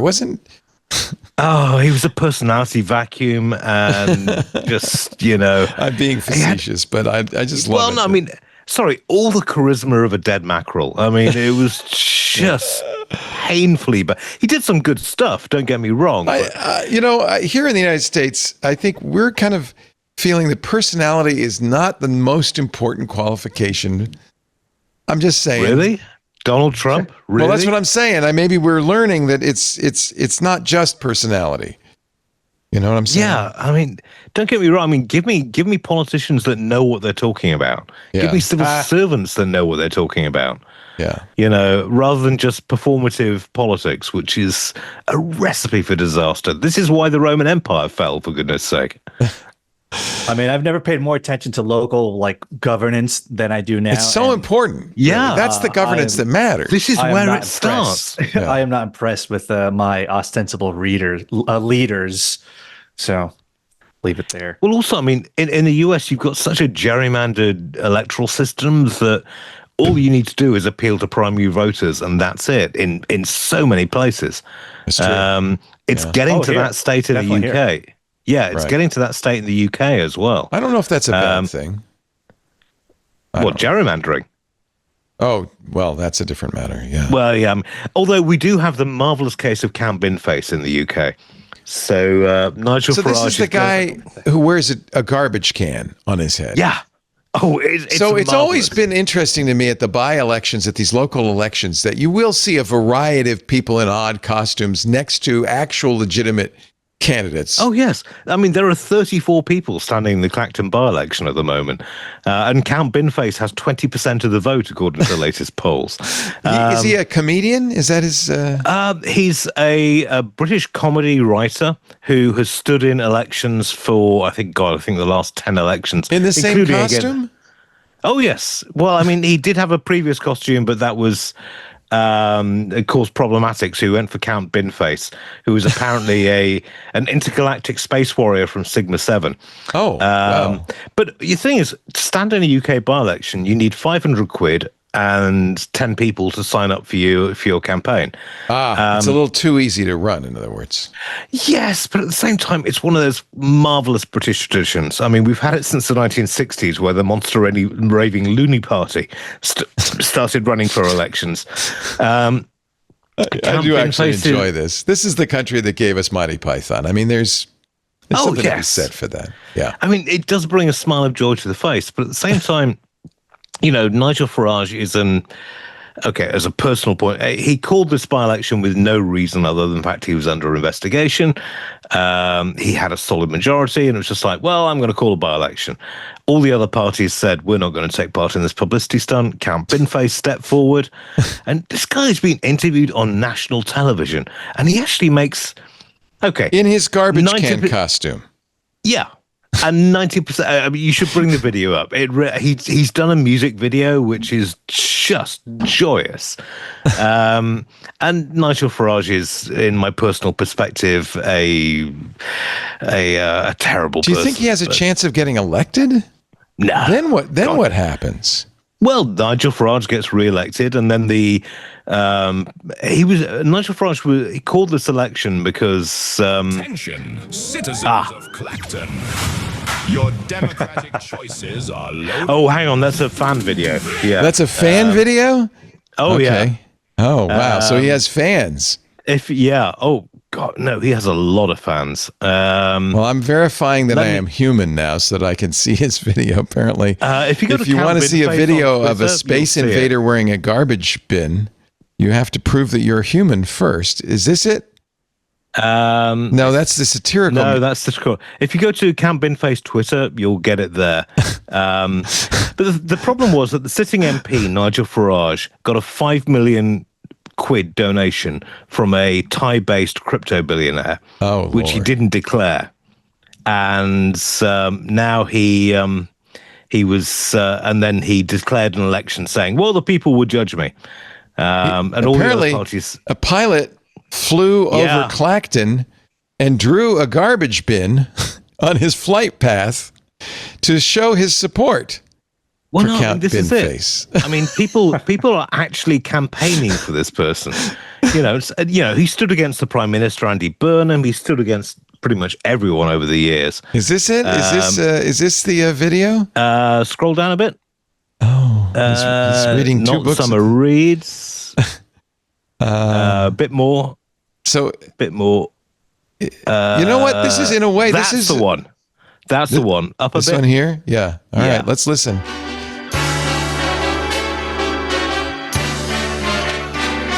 What is Clacton a seaside? It's a depressed seaside town. Yeah. Do love the high vis jacket. You know, I would vote for him as just a protest vote. I promised to do in Washington, D.C. Okay, we've heard quite enough. Yeah, no, I mean, it's one of those marvelous British eccentric things. It's very British. Yeah, I mean, but Nigel Farage is a horrible person in so many ways. He was the man behind Brexit, right? Yes, he was, and he didn't reveal quite how much he was getting funded from overseas contributors. The Bitcoin guy, okay. The Bitcoin guy, but also money coming in from a variety of other sources, which, for libel reasons, I can't name. But yeah, he's litigious, is he? Oh, very litigious. Yes. Well, I don't want to get us sued, so please, stay in the straight and narrow. Quiet. We got rid of our umbrella liability policy because we thought we're never going to say anything that would get us sued, right? Oh, British libel laws are an absolute nightmare. Oh, I know. They have been reformed, thankfully, in the last couple of years, but it used to be that, it was very heavily in favor of the defendant. And so everyone had to be very careful. Thankfully, magazines like Private Eye actually kept the home fires burning. But yeah. But well, yes, I hope you've all enjoyed this tour through the bizarre environs of our former Lords and Master, the United Kingdom. And 250 years later, we're still looking across the Atlantic going, huh? Yeah, well, trust me, an awful lot of Brits are looking at American politics and going, serious? Maybe it's mutual. Maybe it's mutual. Yeah. Thank you, Ian Thompson. It's always fun to have Ian on. I learned so much. Well, King Charles will welcome you back. Our cultural exchange. And from Tucson, Arizona, also a different country in some ways, the wonderful Nicholas De Leon. We're going to take a little break, come back with more. Our show today brought to you by ZipRecruiter. It's always great when you find someone who goes the extra mile for you, right? Maybe it's the rideshare driver who carried your luggage to the door, or the grocery clerk who showed you where an item was, the simple things. Or maybe it's your neighbor who watered your plants when you were out of town. Our neighbor put away our garbage bins, actually. I thought that was pretty sweet. It may not seem like much, but when someone goes the extra step, it makes a positive impression. If you're hiring, great candidates can also go the extra step and tell you why they're interested in your job on ZipRecruiter as a way to stand out from the others. And right now, you can try it for free at ziprecruiter.com/twit. ZipRecruiter has a really cool new feature that shows you the most interested qualified candidates first. Because wouldn't you prefer to hire somebody who really wants that job? This way you meet the right people faster. ZipRecruiter's powerful matching technology finds qualified candidates quickly. It's always done a great job with this. And now candidates can tell you in their own words why they're interested in your job. No wonder ZipRecruiter is the #1 rated hiring site based on G2. Try ZipRecruiter and meet great candidates who will go the extra step for your job. 4 out of 5 employers who post on ZipRecruiter get a quality candidate within the first day. Try it for free today at ZipRecruiter.com/twit. That's ZipRecruiter.com/twit. ZipRecruiter, meet your match on ZipRecruiter. Actually, not completely done with the Apple news. I did want to say this before Mac Break Weekly, which is on Tuesday, that Apple has rushed out an emergency fix for screen sharing flaw on Macs. And this is so significant, Ziff Davis, ZDNet says you should update this. This is an out-of-band update. And when that happens from Apple, it's a serious issue. Probably a 0-day. It came out on Thursday. Patches Tahoe, Sonoma, and Sequoia. Notably not Golden Gate, although I suspect the Golden Gate public beta is already patched. It could allow an attacker to exploit the screen sharing feature to gain access and control your Mac. Oh. Go to System Settings, General, click Software Update, and you will see the update. I immediately, when I saw this story, went around and updated all our Macs. Definitely. Good idea. Yeah. It's not just Windows anymore, kids. By the way, Apple is trying desperately to get more RAM. And in fact, one of Apple's memory suppliers is investing $38.3 billion to build 2 new fabs. This is SK Hynix, one of the 2 big Apple memory providers. Samsung's one, SK Hynix is the other. They're building 2 fabs in South Korea.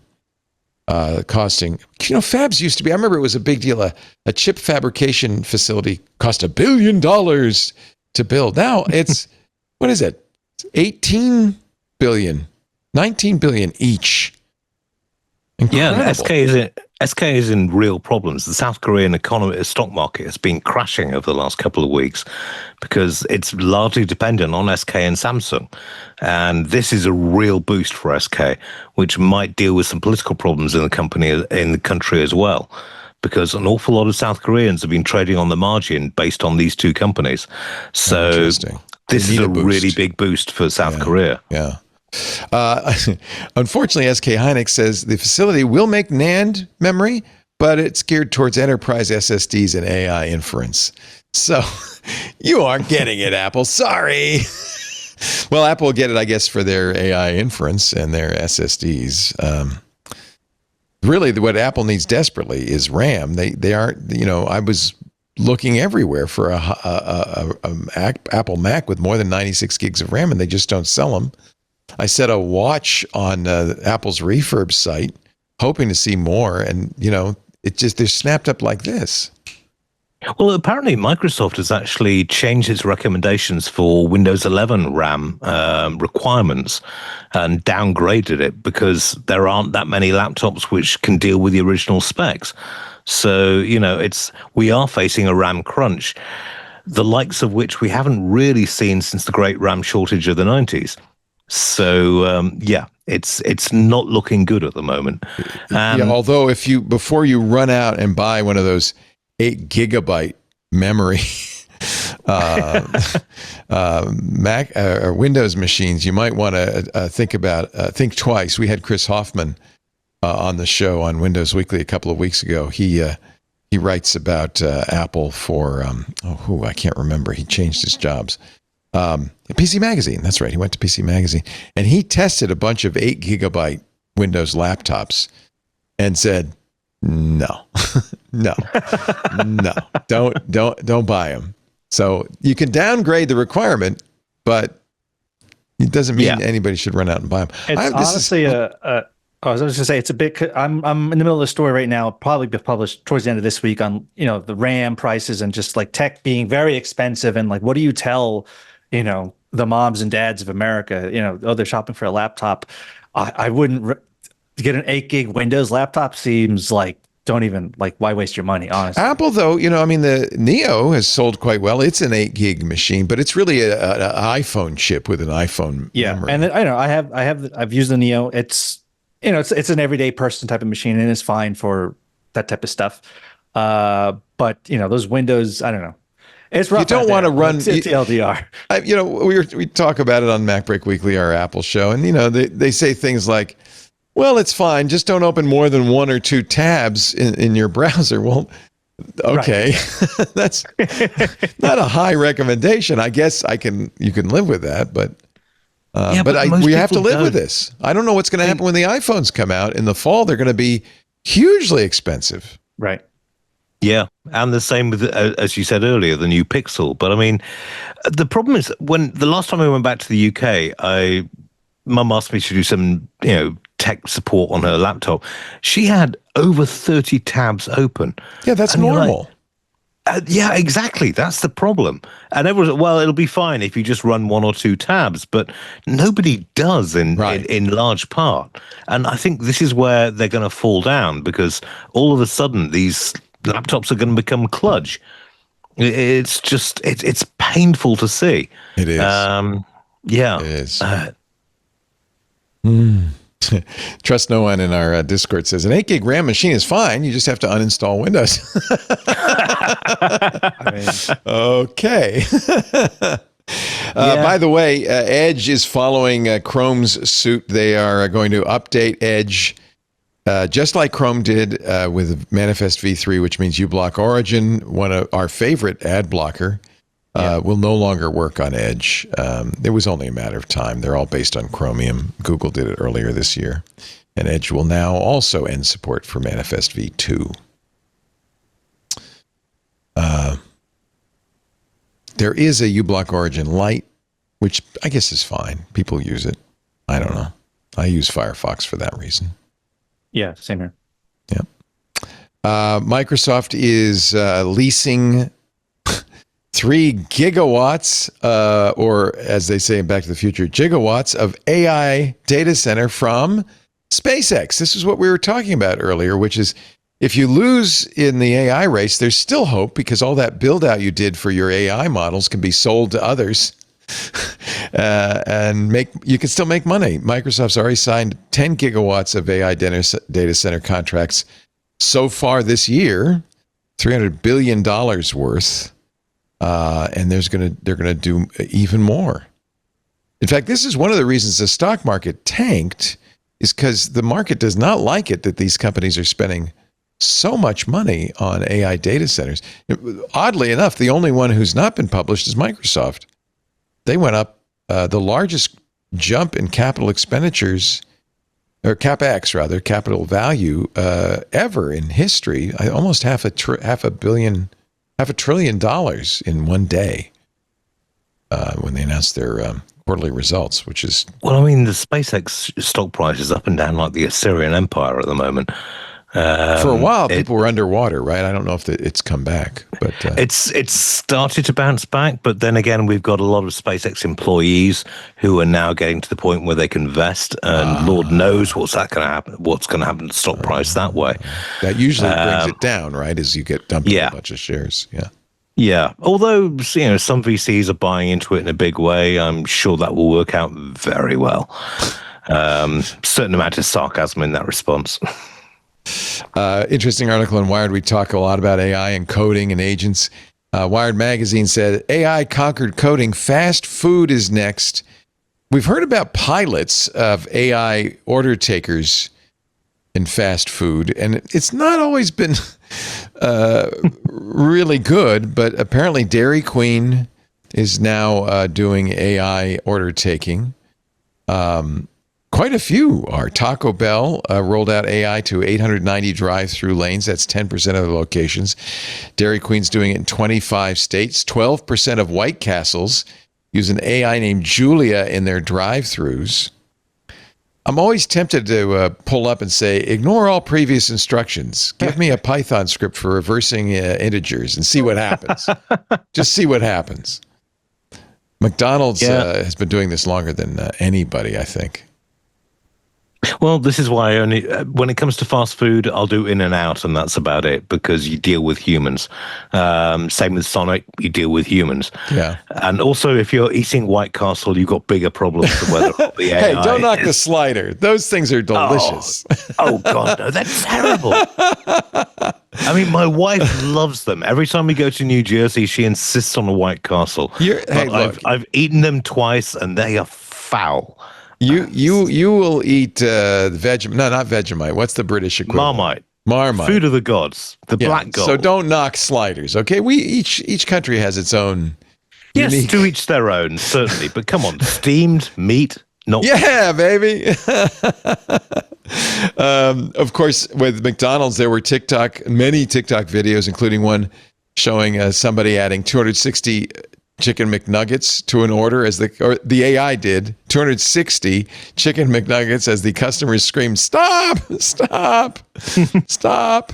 Next, a TikTok showing AI adding bacon to an ice cream order. Oh God, that could be delicious. Yeah, it doesn't. Maybe. And then there was the guy who ordered 18,000 cups of water at Taco Bell. Well, I don't know if if you saw the thing on Reddit this morning. Someone went to Shake Shack and made an order and then clicked on no tick, and Shake Shack immediately upped the prices of all their orders, presumably to cover the tip. And that was pretty disgusting. Wow. Even though Shake Shack is not good. Good fries, which I like Shake Shack. I like their smash burger. Yeah, I mean, their fries and you know what? Great as well. Respect to Shake Shack if you don't tip your server, that they add a little money for the server to the order. I think that's good. Shake Shack, that's good for their employees. Surely that goes against the whole principle of fast food. It's like basically handing you something. It's you just don't understand tipping, my friend. Well, actually, America is really weird for tipping. In Japan, tipping is seen as an insult. I know. I left a tip on a table. The worker came running after me saying, "You left some money on the table. Please, take it." He was offended that I would even dream of tipping him. Meanwhile, in Las Vegas, you tip everybody. You give the guy who hails a cab for you $5 for getting a cab, for opening the door and getting a cab. I mean, all he's doing is cab, opens the door, and he gets $5. That's just, this is the way. Oh, God, welcome to America, my friend. The last time I was in Vegas for DEF CON the year before, the taxi driver, the little terminals you have in the back seat. Yeah. Their tipping choices were 25%, 30%, and 35%. Wow. And you're like, really? And I just said, can I just give you some cash and I'll just give you 0 tip on the credit card? And he's like, I love that. Because I always give him cash. Yeah. Cash is king. Yep. All right, we're going to get to privacy next. Here's a little hint ahead of time. You don't have any. That's next as we continue This Week in Tech with Ian Thompson. You'll find much of his work at techfinitive.com, but all over too, right? You're writing everywhere. And a podcast. What's the podcast going to be about? The podcast is going to be The View from the Valley. Which is your newsletter. I'm trying to get... it's tricky, actually. I mean, you are the god of podcasts, don't get me wrong, but I hate the look of myself at the moment on podcasts. So give it up, Ian. You look fine. You look fine. Everybody needs a friendly Basset Hound Brit to talk to them about. Basset Hound. I'm just teasing you. You look great. What are you talking about? Look, if I'm telling you, if I could do it, you could do it. We can't all look like Nicholas De Leon. Let's face it. True. I'm a radio guy as well. I grew up listening to shock jocks and so forth. I like talk radio. I kind of dislike all the video everywhere. But I agree. I'm with you on that. Yeah. You know, in December, I will celebrate 50 years in radio. I got my radio license in December 1976. Good Lord. And I'm about to get my ham license. So we'll congratulations. from that. That's good. When the apocalypse comes, which apparently is only minutes away, you will be ready. Well, I've done 30 hours training with Richmond Community Emergency Response Training. Oh, you're going to be in CERT. Good. Yeah, CERT's very important. I'm accredited CERT member now. And nice. If the big one comes, we're the second responders. And we'll be trying to dig you out of the rubble. Yeah. I have huge respect for amateur radio operators. I myself am a ham. I have a general. We'll have to exchange IDs. Yeah. Yeah, I'm W6TWT. I have a vanity license. Whiskey 6, Tango Whiskey Tango. 7-3, as they say. I don't have a radio, so it's really literally a vanity call sign. Well, this was the weird thing about the training, because they was like, okay, you should get a ham license because otherwise, it's pretty easy. In the event of an emergency, we will contact you via email or phone. It's like, well, email and phone are both going to be out. Yeah. Because what you need, and they're not expensive, is a handy talkie. You can get a technician license. It's very easy to get. It lets you operate a handy talkie. And now you can really support your community with emergency services. When the phones are out, the power's out, nothing's working, you will be a lifeline. And it's happened many times in hurricanes, typhoons. I'm sure, Benito, in Manila, you have amateur radio operators in CERT. I don't know if there's a Philippine equivalent. I'm sure there is. I don't know, but radio is still very big here. So I love radio. I mean, that's really all podcasting is. We have pictures now, but you can close your eyes. I mean, US CERT started because of the Mexico earthquake in 95, right? Where 100 people were killed trying to get other people out of the wreckage. Right. And I've since found, this is one of the things from CERT training. You actually have access to depositories around the neighborhood of radios, batteries, large aerials, that sort of thing. Really? So there's little caches all over? Oh, yeah. Yeah. I mean, and deals with the local Home Depot and other places so you can get chainsaws and pickaxes and the rest of it. But yeah, the ham radio is going to keep it going because in the event of emergency, 5G networks will shut off completely other than for emergency services, even though they've got batteries to continue.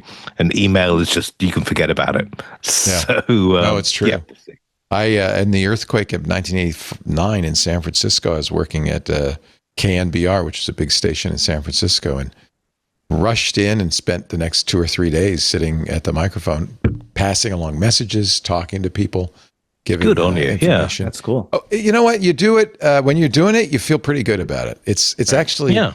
I was talking to a news guy the other day, and I said, news people don't ever admit this because it sounds kind of ghoulish, but we live for disasters. That's when you really. You're really living up to your charter where you're helping the community, whether it's on radio, TV. I'm sure it's true for newspapers and other electronic publications. You're making a difference, and that's what you're there for. You hope there's a disaster. You're waiting for that. Yeah, I'm not going to name the person involved, but a friend of mine was on local newspapers in the UK, and they were desperate for a headline, and she got a call from the local police saying, yeah, 3 family members have been killed in a house fire due to a faulty gas line. And she just went, yes! Oh, no. See, this is, again, why we never admit this. This is our little secret about media people. No, I love radio because it's such a direct medium and direct communications. And honestly, Absolutely. Podcasting is just modern radio. Although it's interesting, a number of radio companies have tried to do podcasting. I think Cumulus, which is one of the big 3 radio companies in the United States, just announced they're firing all of their podcast. Oh, this one down in Southwest. Really? Yeah, I heard about this. Yeah. They're just saying, oh, we're going to be all music all the time. And it's like, no, the DJs and the presenters keep you in. That's, it's going to die on its backside. As one of the DJs, I always felt that we were important to the operation. I mean, it turns out mostly we're just glorified button pushers, but okay. 58 degrees in the city on a beautiful Friday afternoon. Yes. And you definitely did it in Neil San Diamond. Francisco then, if it's 58 degrees. Yeah, only in San Francisco. Also with us, Nicholas De Leon from Consumer Reports, doing the most important work of all, right? Keeping us all up to date. Paris Martineau also works for Consumer Reports, and she was talking about, apparently, I didn't know this, if you work at Consumer Reports, you must know this, periodically they sell, Consumer Reports famously doesn't take ads, and doesn't take free products. They buy everything they review, including cars. Correct. And periodically they sell off this stuff, and I guess they're doing it now. Did you put in a bid for a washing machine or anything? I haven't bought much. I mean, I've been at CR for 9 years, actually, which is like a million years in media time. Yeah. I don't think I've bought a ton off the whatever they call them, they're not raffles, the internal auctions. Right. I think maybe I got a TV years ago. See, it was like, that's cool.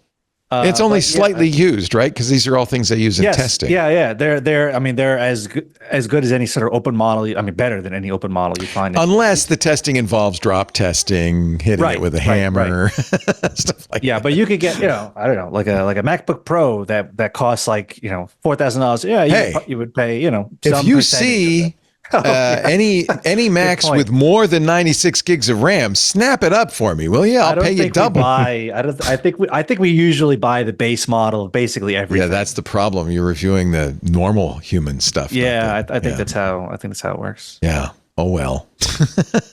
But I will look, Leo. No, it's okay. It's okay. I don't want to. I mean, that would be wrong. But sometimes it's wrong. Being wrong is so right. This Week in Tech is brought to you by Adaptive. Oh, we saw them. We were at Black Hat. We saw Adaptive at Black Hat. Talk to them. The first security awareness program built to stop, really important, AI-powered social engineering. Man, the world has changed. Attackers, they don't need malware anymore.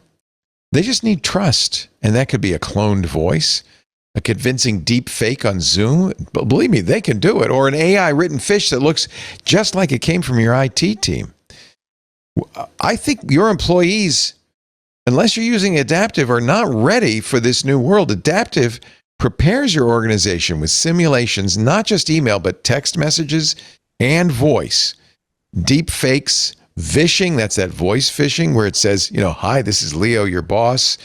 I want you to send a bunch of Amazon gift cards to this address. It sounds just like me, right? Well, it was. But I mean, there's also AI-generated phishing emails, which are indistinguishable, including scenarios that mirror your own brand and executives. And when employees report something suspicious, Adaptive can help you triage it fast so security teams aren't buried in false alarms, but you can take action when there is trouble headed your way. If you need training fast with Adaptive's AI content creator, you can turn a breaking threat, something that just happened, an incident report, or maybe a compliance doc that you suddenly have to act upon, into interactive, multilingual modules, and you can do it in minutes. You don't need a design team. It's really good. With Adaptive, you can build, customize, and monitor every part of your training with complete personalization. The result is a more resilient security culture And I'll tell you, that's essential for companies like Plaid. Now, you know Plaid. You probably use Plaid. Their platform powers thousands of digital finance apps and links consumers, developers, and institutions. With sensitive data at its core, Plaid's security and compliance are non-negotiable. Plaid's head of security, GRC, says, quote, Adaptive has equipped our teams with cutting-edge tools and built a smarter, more resilient security culture across the company. Isn't that what you want? Trusted by Fortune 500s, backed by NVIDIA and OpenAI, Adaptive is building the defenses we need for the AI era. Learn more at adaptivesecurity.com. That's adaptivesecurity.com. We thank them so much for their support of This Week in Tech. All right, let's talk privacy, as in you have none. Well, just to say, referring to the earlier ad, if you really want to get paranoid, go to the DEF CON social engineering village. Oh. My goodness, you will never come out of that just like, everything's fine. No, it really isn't. I'll give you an example. This Anthony Nielsen, our creative director and AI guru, used Quen, which is a local model, a free local model, runs on a small machine, on less than a minute of my voice. And made this. Hey, Burke, this is definitely not Leo asking you to buy gift cards. But seriously, can you grab me 100 Apple gift cards? Just kidding. This is Anthony testing text-to-speech. How's it sound? It's identical to me. Yeah. Right? And that's something, I mean, I was talking to one of our partners, the CEO of ThreatLocker, people who brought us down to DEF CON. And he said, that's what's changed. It used to be, you know, you had to have some skills to be a hacker. Now you just need an AI, and you can do all sorts of terrible. But there's also the physical side of it. There was a fantastic presentation by somebody about 4 years ago, and she actually got in to give her speech just by going to the hotel, buying a hotel branded polo shirt, carrying around a clipboard with some papers on, and walked straight into the conference. Of course. So, I mean, from a physical and also, but increasingly from an AI perspective, yeah, we're screwed on that one. Well, here's another story. ICE, the folks who do the immigration enforcement, collected nearly 100 million people's DNA last year. Oh, including young children. This is internal documents showing that ICE is now collecting DNA from people not accused of a crime. It's just routine check-ins. Immigration and Customs Enforcement officers will drive, suspects to the field office. They'll swab your mouth. That's all they need to do to get your DNA. They take your fingerprints. They swab inside your cheek. And now they've got it. And you're in a database, citizen or not, legal or not. And they've been doing so much of it that there are now 1 million new records in there, including they do kids too. So, when you travel now, they take your picture.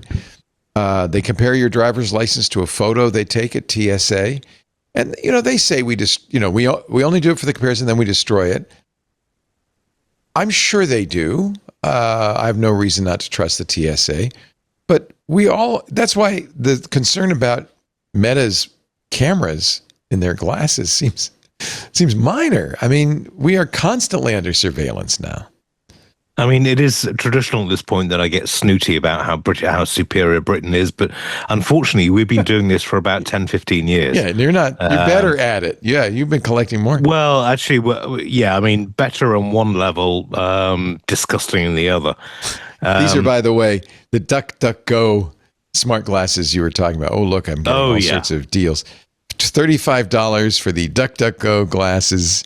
They got a little duck logo on them. I know. I was tempted just for the logo, but I have enough cheap sunglasses as it is, so, But yeah, I think that's cute. It's just a way of supporting DuckDuckGo. They say the charge life, infinite, 0 cameras, seamless offline mode, 0 notifications guaranteed.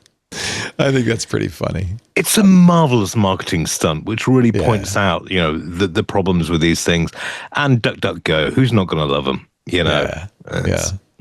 We're learning more and more about how flock cameras are being used by rogue police officers to gather information about, people who may have committed a crime, or in some cases committed a crime that's something illegal in one state but not illegal in another state. And or then just pissed off with one of the operators, yes. Yeah, or to track down girlfriends. It's also, there's more of it's turning out. This is from the Washington Post. There's a lot more of it than we even realized, and I guess I'm not surprised. A lot of communities are now saying, let's get rid of the flock cameras, and there's also a movement I don't support, of vandalizing these flock cameers. Well, one town, I think in Wisconsin, where they actually cut down all the flock cameras in one day. Sorry, Nicholas, I interrupted. Oh, no, that is definitely a debate down here that I picked up on with the Tucson site. All the folks coming in, deflock, I guess is the name of the movement or whatever, or something like that. And yeah, I don't know. Or flock you would be the other way to put it. And one of the municipalities here, South Tucson, which is a separate city, they said they were going to take them down or whatever, but there was never any follow-up. So I want to file a records request, and for this municipality, you need to either hand in your records request in person to the clerk or via snail mail. Oh, you can't do the AI scrape thing. What is this? Not the 21st century. You cannot email. You cannot. It's like, is this on purpose? Is this just a small municipality? This doesn't feel like very very friendly here. But yeah, that was a huge debate here. For a couple of weeks, we had, the various municipalities around here, folks coming in saying, demanding me get rid of these cameras, and so on and so forth. So it was definitely one of those things down here. On the other hand, look, you're driving on the public highways with a license plate that's provided by right. your government. And these automated license plate readers, by the way, that's what these are. These are cameras. You'll see them on light poles, on traffic lights. It's kind of a upgrade of the red light camera that's become very common everywhere. And I can also see the point that, hey, it stops crime. I mean, we have flock cameras in our area, and when people go missing or kidnappings happen or things like that, it's very helpful. Well, Stanford University. Sorry. No, I certainly see both sides. I see this. There's two sides to it. Absolutely. Yeah, this is one of those things where it's like, okay, well, who's the people like pushing the button at the flock camera? Are they? What are their motivations? Because a lot of it comes down to and that's the issue, and that's why this story about more than 50 officers being charged with misusing the information in the flock database. The problem is the flock database is a national database, right? And so you can be a law enforcement officer in Texas, actually a sheriff in Texas, who's pissed off about your girlfriend leaving the state, and then use that database, that national database, to track her down. And that's absolutely problematic, right? Well, this is why Stanford University just banned them, because basically they're replacing flock cameras with a local system. So all the flock data all the camera data goes into servers that they own and isn't shared with anyone else. So if there's a property crime in Stanford University, they can check that data. Whereas with the flock system, as you say, it's wide open to abuse. Right. And we saw this with the Snowden revelations about the NSA. People were doing love-ins on their exes and their partners. And it's a natural...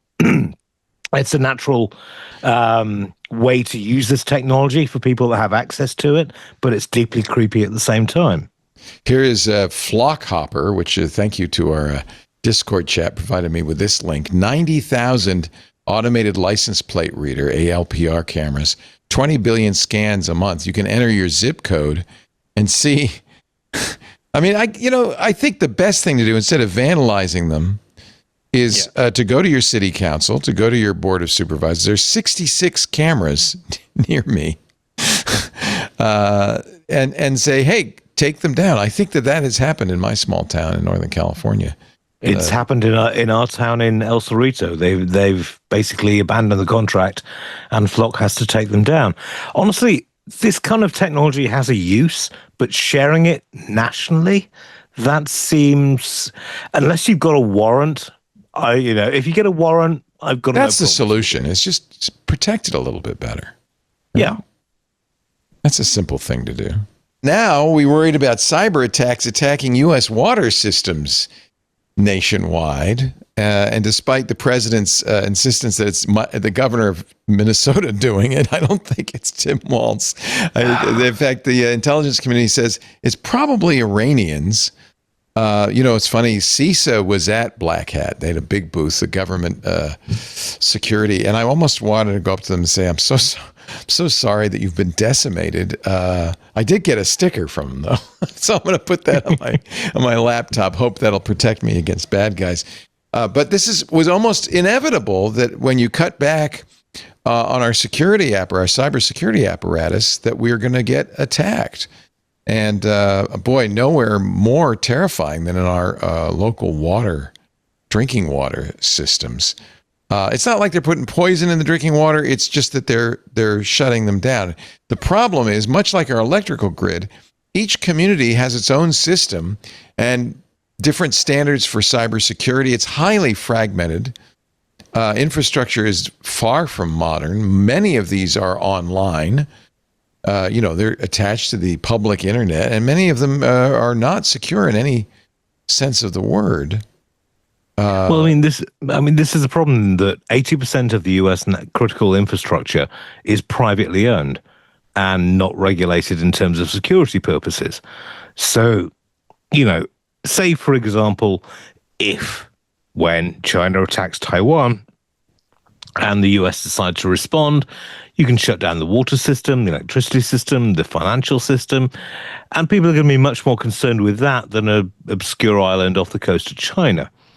Iran, I don't know. I mean, it's basically these systems are industrial control systems which are poorly patched, poorly maintained, and there isn't an awful lot of interest in government in fixing them, which is deeply disturbing. According to Axios, the EPA said it identified vulnerabilities last year at least 277 water systems. They have been working with utilities to address the issues. Our infrastructure is very vulnerable, and that's another form of cyber warfare that doesn't take a lot of manpower, a lot of money, and just a few skilled hackers, and you could be in a lot of trouble.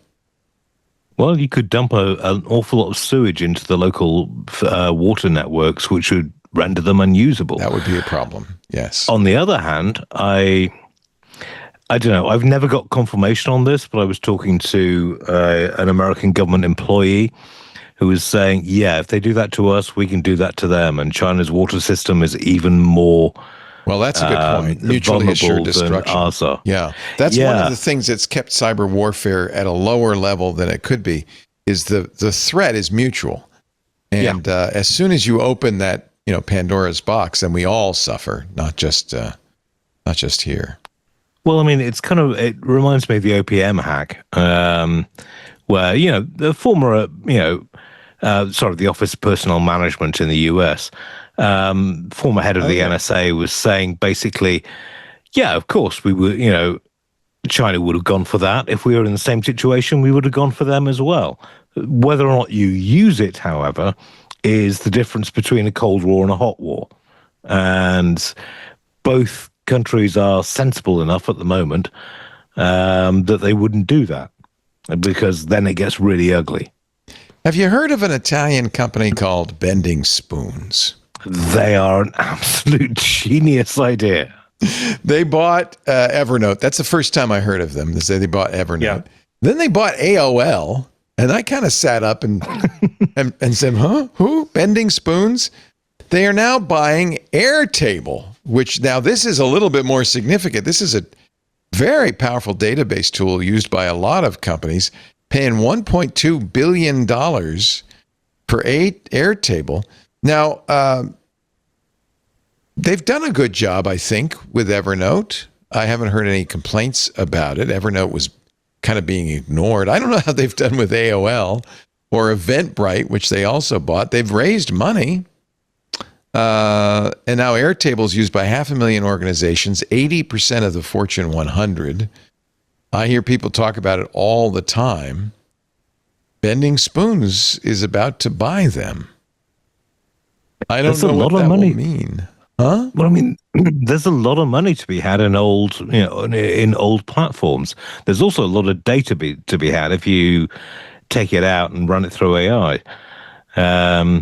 Typically, when you have these kinds of acquisitions, I don't know if Bending Spoons counts as private equity, but it kind of acts like it. You get a lot of layoffs. They laid off 129 people at Evernote when they bought it in 2022, then cut most of the team and moved to operations to Europe.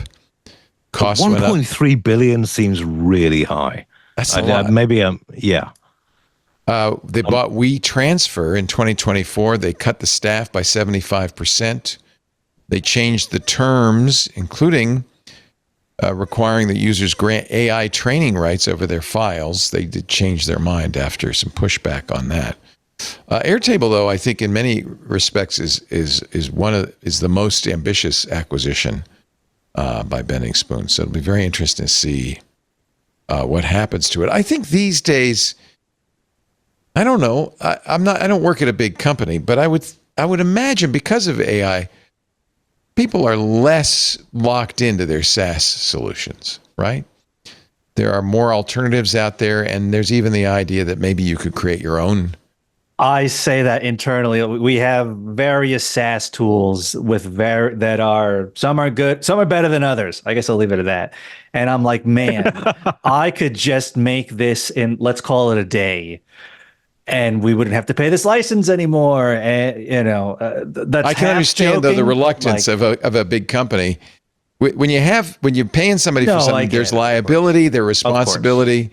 When you start doing, well, we're doing this too at Twit. We have for 12 years used a homegrown ad sales system that's, it was written by one of our employees. He did a good job considering, but it was fairly janky. We've kind of muddled along with it. And so I've been using AI to rewrite it. It's a bigger task than I thought, to be frank. But I think we can do it. And I think we will get a better product as a result because, well, it's more modern and it's, a little more secure and more robust and ultimately more responsive. The guy who wrote it left and we'll have control over it. So I think there's a lot to be said. I don't know. I also understand the reluctance.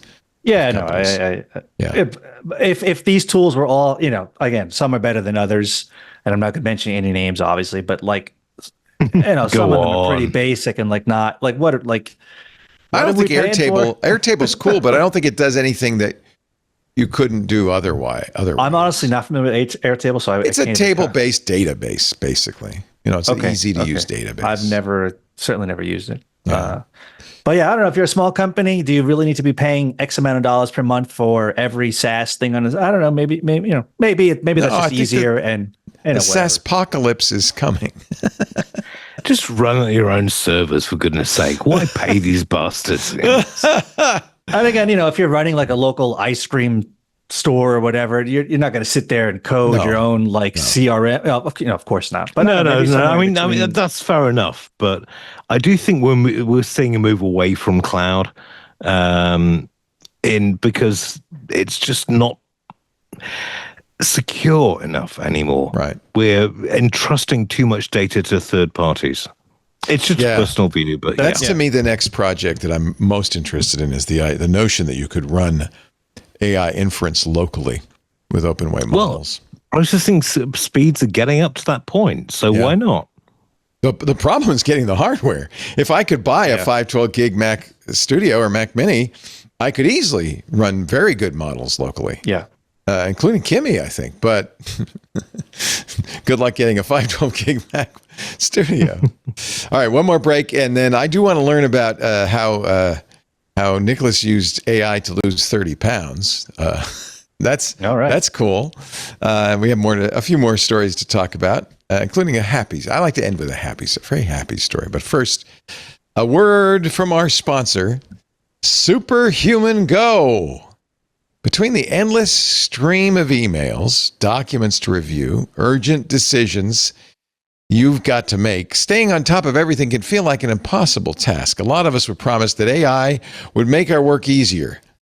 Somehow, somewhere along the way, it started feeling like it was just another thing you had to manage. So there is a solution. People are turning to Superhuman Go. We've been using Grammarly for years. It's great for writing. We just love it. And now this new tool from Superhuman is very exciting. Superhuman Go is an AI chat that's always there when you need it, already aware of what you're doing, and doesn't ask you to start from zero, whether you're drafting an email mid-meeting, summarizing a long thread before a call, or hunting for a file while 3 tasks deep. Superhuman Go works seamlessly inside your existing tools to provide the help you need without ever making you lose your place. It's kind of like a sidecar. It's there. It sees what you're doing, knows what you're doing, and it can help. Because Superhuman Go is from the makers of Grammarly. It works across the tools and sites you already use. You may, if you're using Grammarly as we do, you may be very familiar with how wonderful and useful it is. Imagine having even more AI and smarts right there in your browser, in your inbox, in your docs, in your project tools. Put simply, Superhuman Go helps you be the best version of yourself at work without the friction, without context switching. And we know that, when you go from one thing to another, some of this that you're doing goes out of your brain completely. You go, do you ever walk through a door, saying, now, what did I come in here for? That's context switching.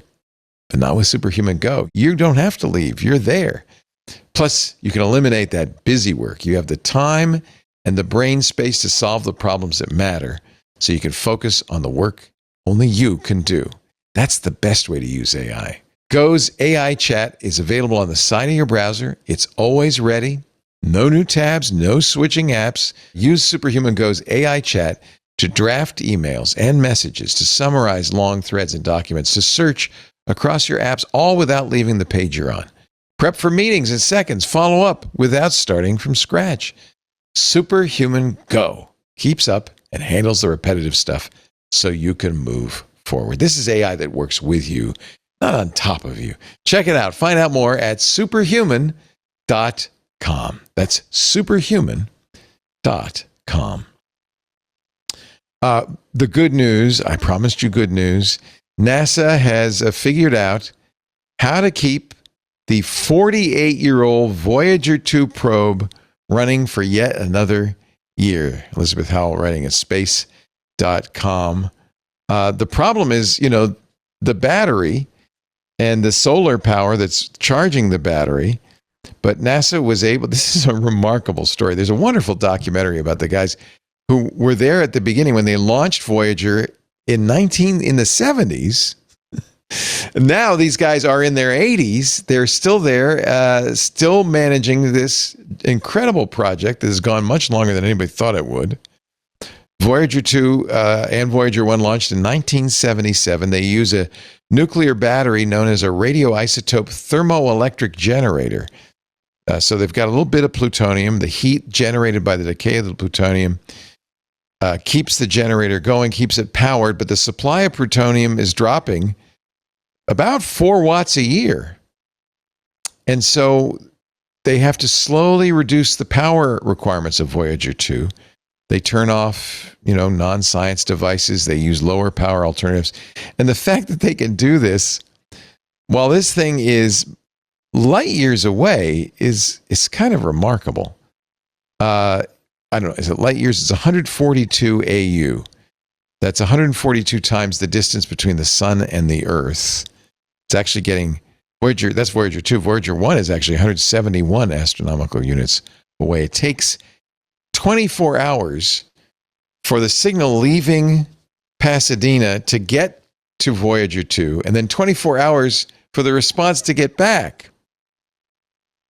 So that's not even 1% of a light. So that's not even 1% of a light year, Leo.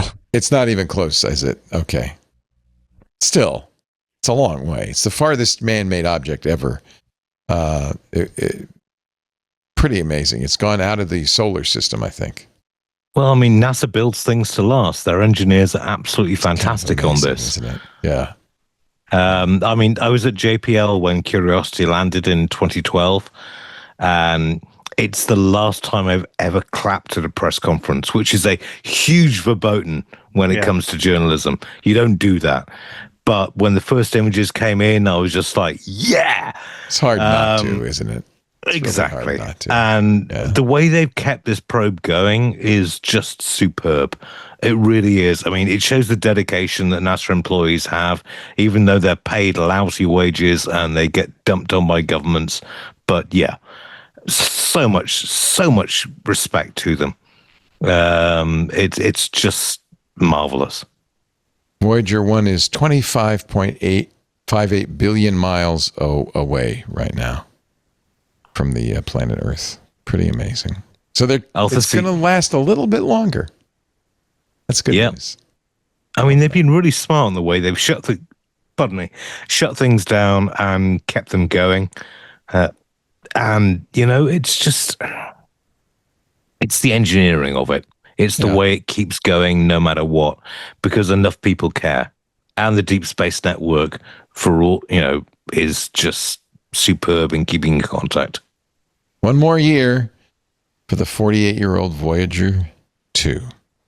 How did you use AI to lose 30 pounds, Nicholas De Leon? That's pretty impressive. First of all, you look great. Congratulations. Thank you, Leo. I had to take drugs to lose weight. That's fine. Yeah. I love Ozempic. Are you kidding? I think the doctor I spoke with in the story was like, anything that you can do to Makes lose a big weight difference. is good. Yeah. So I mean, so the gist was basically, this was last fall. I had put on some amount of weight. I was near 200 pounds, which is way too much for my frame. You got married. That's what happened, Fantastic buddy. Work. Yeah. That's what happens when you get married. You start to put on the pounds. Yeah. So this is, by the way, a Consumer Reports article, which is great. Yes. Yeah. So I mentioned that to my editor, and he's like, "Oh, cool. We should write about that." CR, we don't always write like personal stories or whatever. So editors are busted like that, but yes. I would just be like, yeah, just write it. Who cares? So I used a combination of Gemini and Claude, because those were tells you when this was done last fall, that Gemini was seen as like cool or whatever. I basically talked to it. I was like, hey, here's my situation. I weigh this much. I'm this tall. I want to, I'm not trying to like, make the Olympic team or whatever, but like, I'd like to lose some weight. I'd like to get a little stronger. I'm just about to hit 40 years old, so I'm not a kid. So, yada, yada, yada. And by the way, the stats are you gain 10 pounds for every decade. So now's the time to get a handle on that. Which is kind of what my doctor said. Like, he's like, yeah, this is when it's going to pay off. It's like the work you do now is like, when I turned 40, he was like, well, son, you're not a kid anymore. He's like, anything you do now was definitely going to pay off, years. So how does AI get in this? I mean, so it was basically just like a personal trainer. It was like, I would ask him like questions like, okay, devise me an exercise routine, help me build a little home gym. We have a spare room in the house for, just like a squat rack and stuff like that. And so, the kind of the thesis, the idea of the story was that like all this information, I lifted weights on and off from my 20s and 30s, but it was all in like Reddit, or like you had to read like Men's Health magazine or all this type of, the message board. So all this information was like all over the place. And so it was hard to like, well, what am I supposed to do next? And then what? And, how much should I be eating? What should I be eating? Like this, it existed, but unless you wanted to like give yourself over to that lifestyle or whatever, it was kind of hard to, keep track and like to make sense of what the next thing to do is.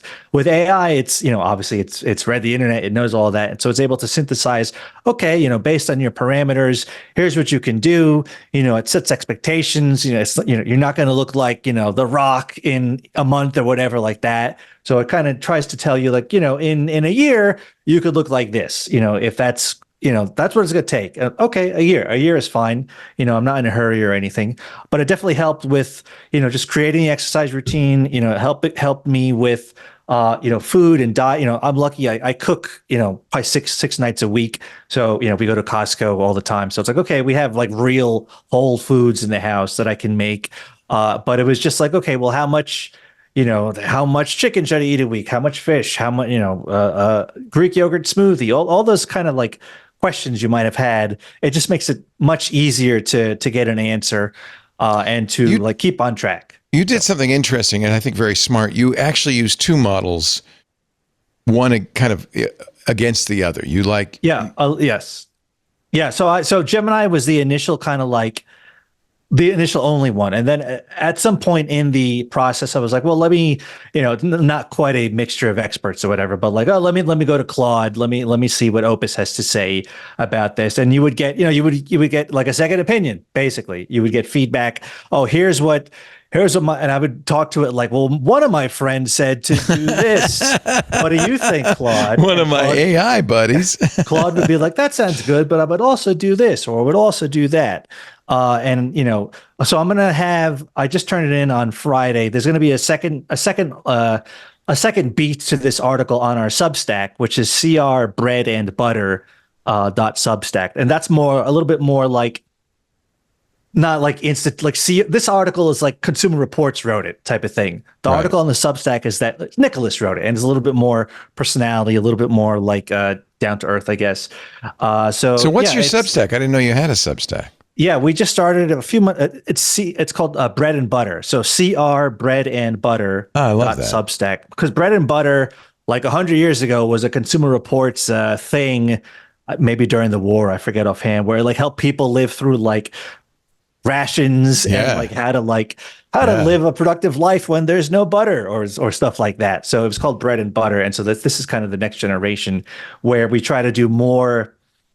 More homey, more down to earth advice versus kind of the CR, kind of like high-minded institutional, can be a little not robotic, but like, it's very magazine-y, I guess. I like your prompt. You said, I'm just a nerd who likes old video games. If I can get in shape at 40, then anyone can. And at one point, Gemini told you, you're trading fluff for armor. This is the holy grail scenario. Some of those, I got it. That's a very AI kind of thing to say. Some of that is very silly, cringe, you might say. But like overall, I think the advice was certainly directionally good, directionally helpful. It helped me keep like, okay. It can be like a coach. I log my food. I log my exercise. I also log, sleep, heart rate, blood work. I put everything in this thing, and including genome and biome, and I find it very helpful just as a coach. If it told me you need to eat more salt, I might second guess it, but saying eat more blueberries, okay, that's fine. Right. So that was some of my, it just took a while to edit. This probably took, let's call it a month to edit back and forth with the health team. And so I didn't want to say anything stupid. Oh, that's nice. That's the other thing, by the way, I really respect with Consumer Reports. They're fact checking. Oh, no. They're really absolutely. Yeah. This took a while. It's kind of like a lot of publications have dropped that, not CR. Oh, we haven't. Let me tell you, this took a while to get out the door, and it's for the better ultimately. But, to run it by the health team to make sure I wasn't saying anything stupid, anything like, I'm just a guy. I'm not here to like, say anything or get in anyone trouble or look how cool I am or whatever. But I didn't want to say anything offensive. I didn't want to say anything uneducated or anything like that. But yeah, so I think, it is, and in the editing process, I think there was some like, not skepticism, but like almost fears, like, oh, you talk to an AI about like your health, you talk to how much you weigh. And to me, I'm like, yeah, who cares? Like, I don't care. Like, it's just a computer. Like, it's not like, this is not, I'd almost be more embarrassed to tell like a real personal trainer, actually, that's one of the benefits, isn't it? Right? Yes. I bring that up in the secondary article. It's not judgmental. No, it's not a human. It's not a human. It's just a computer running somewhere. It's a GPU somewhere out there. So like it doesn't. But folks don't know that. A lot of our readers are, they not to pick on John Oliver, but they see kind of like alarmist segments, like AI is going to like do all this bad stuff, and they just kind of believe it. And I'm like, it's just a computer program. Like, I don't know, what are we talking about? So it was a little bit like, I used it. It was fine. It helped me out. It might help you out too, but Well, I'm happy to say, while Consumer Reports is celebrating its 90th anniversary this year, that's pretty amazing. I've been a member for half that time. I joined in 1980. So I have literally been a member for half of the life of Consumer Reports. Thank you for your support. Well, and I don't buy anything without checking CR first. And it's people like you. I think that really it's great. They're moving into the 21st century. You know, you could easily rest in your laurels as a 90-year-old publication, but they're not. Right. And I think that's really great. I'm glad you're there. Senior technology reporter Nicholas de Leon, thank you for being here. Give my love to your wife, Ashley. She's also lost weight. Is she doing the same thing as you, or? Yeah, more or less. I don't know specifically what she's doing. To be honest, she's not asking your AI for advice. She's certainly not asking me for the prompt or anything like that. So. Wonderful person, and both of you are dear friends, and it's really nice to see you. Speaking of dear friends, always a pleasure to see Ian. Used to be you'd come up here with your beautiful wife and eat some English food from our local British store. Which English is now food shop shut down. Yes, I know. They had great pork pies. Oh, I love a good pork pie. You know, it sounds dirty when you say I love a good pork pie. We have the Petaluma Pie Company. I think you could probably talk them into, maybe not steak and kidney, but you could probably talk them into a pork pie. Oh, you can't get round a good steak and kidney. I mean, it's the faint tang of urine that really kind of puts me off. I'm sorry. Honestly, kidneys, mustard, liver. Oh, it's awful. Nothing good. Like organ meat, is there? You know, I found out you can't even get sheep's lung in America, so you can't make haggis. No, proper haggis is illegal in the U.S. It's illegal. Yes, it's apparently illegal. There's a good reason for it. No, because you cannot get sheep's lung in America. You can get Twinkies, you can get Oreos, but no, you can't get sheep's lung. And you can't have a proper haggis without the real hard lung texture. Oh, I love a good Scotch egg. I love a good pork pie, a little plowman's lunch. You know, give me bangers and mash. Give me some little squeak and bubble. Give me some British food. Anything but the Marmite. Well, come on. You're still I have a little Marmite in my Marmite. Cupboard too, I must admit. I was going to say, I mean, Marmite and scrambled one jar of Marmite the gods. could last you years. I buy it in 250 gram Amazon packs because I can't get it anywhere else. During COVID, there was a Marmite lockdown. I scraped that last packet down to the last thing. Oh, man. Ian, thank you so much for being here. Always a pleasure to see you. Always great to talk. And Yep. Good. Now do the podcast. We will send people to the View from the Valley, techfinitive.com, and also the View from the Valley podcast coming soon to I will do my best once I get over my you. personal things. Yeah. Don't forget the Tucson Daily Brief at tucsondailybrief.com. What's my next assignment? My next assignment is so Tucson Daily Brief is. Can I just take 2 seconds to kind of describe? It's evolved since the last time I was on the show. Yes. And what we do. Okay, so I think I said last time, which was several months ago, the idea kind of came from when I was messing with OpenClaw and trying to see what it could do, so on and so forth. So basically, it's a semi-automated local news publication that has a bunch of different moving parts. Kind of the day-to-day output is called a brief, and that's based on it looks at around 30 local sources. So those are, the newspaper, the TV stations, radio, NPR, the elected officials, their websites. Some of this is RSS feeds, some of this is scraping, but school districts. It looks through all those sources at 6 a.m. my time, and then I have Sonnet 4.6. Just tells you when this was made. Looks at everything that's happened in Tucson overnight and kind of gives you okay, here are the 10 most important things that happened in Tucson overnight, Tucson and the surrounding kind of area, from government, public safety, sports, whatever it is going around. So that's one component. The second big component that I made, I call it the live AI reporter. And so basically what that does is I deploy that uses a combination of DeepGram and some other things to, every local town hall, the city of Tucson, the Pima County, they meet every week, they meet every other week, whatever it is. All these things are live streamed on YouTube or other platforms. So I have, I'm just listening to the live stream live as it's happening. As that live stream is happening, it uses DeepGram and FFmpeg to create a transcript live in real time. And then it takes, these meetings last God, these meetings last like 4 hours. So it's like a 4-hour transcript of just municipal stuff happening.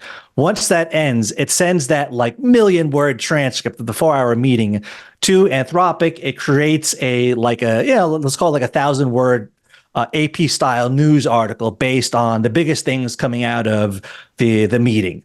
That draft gets sent to me. I edit it. It takes about an hour to edit. DeepGram is pretty good with diarization. This guy said this guy said that. It's not great with foreign language names, and obviously in Tucson there's like a million Spanish language names, so I made a thing to like automatically catch and correct any misattributions and things like that. So that's one component. We have a newsletter which comes out on Sundays, and that's based on everything that I publish throughout the week, and that's also that's free. In that newsletter every week, there is a little mini crossword puzzle that I whipped up together, a Tucson themed crossword puzzle. Wait a minute, the AI makes crossword puzzles too? Yes, it does. Yes, That's it does. Awesome. And there's like a little rag tool. So up at the top, it should say Chat TDB. I bought chattdb.com as in Tucson Daily Brief. And that you can ask it like, oh, what are the restaurants that open? And so you could do that. It monitors all the local filings. So like restaurants and liquor and all. Anytime something hits the directory, it immediately pings. Some of this is automated. Some of this, some of this I'm editing by hand. How much time a week do you put into this? More now because the social, some of the social. I just created a Blue Sky earlier this week. I just created an X.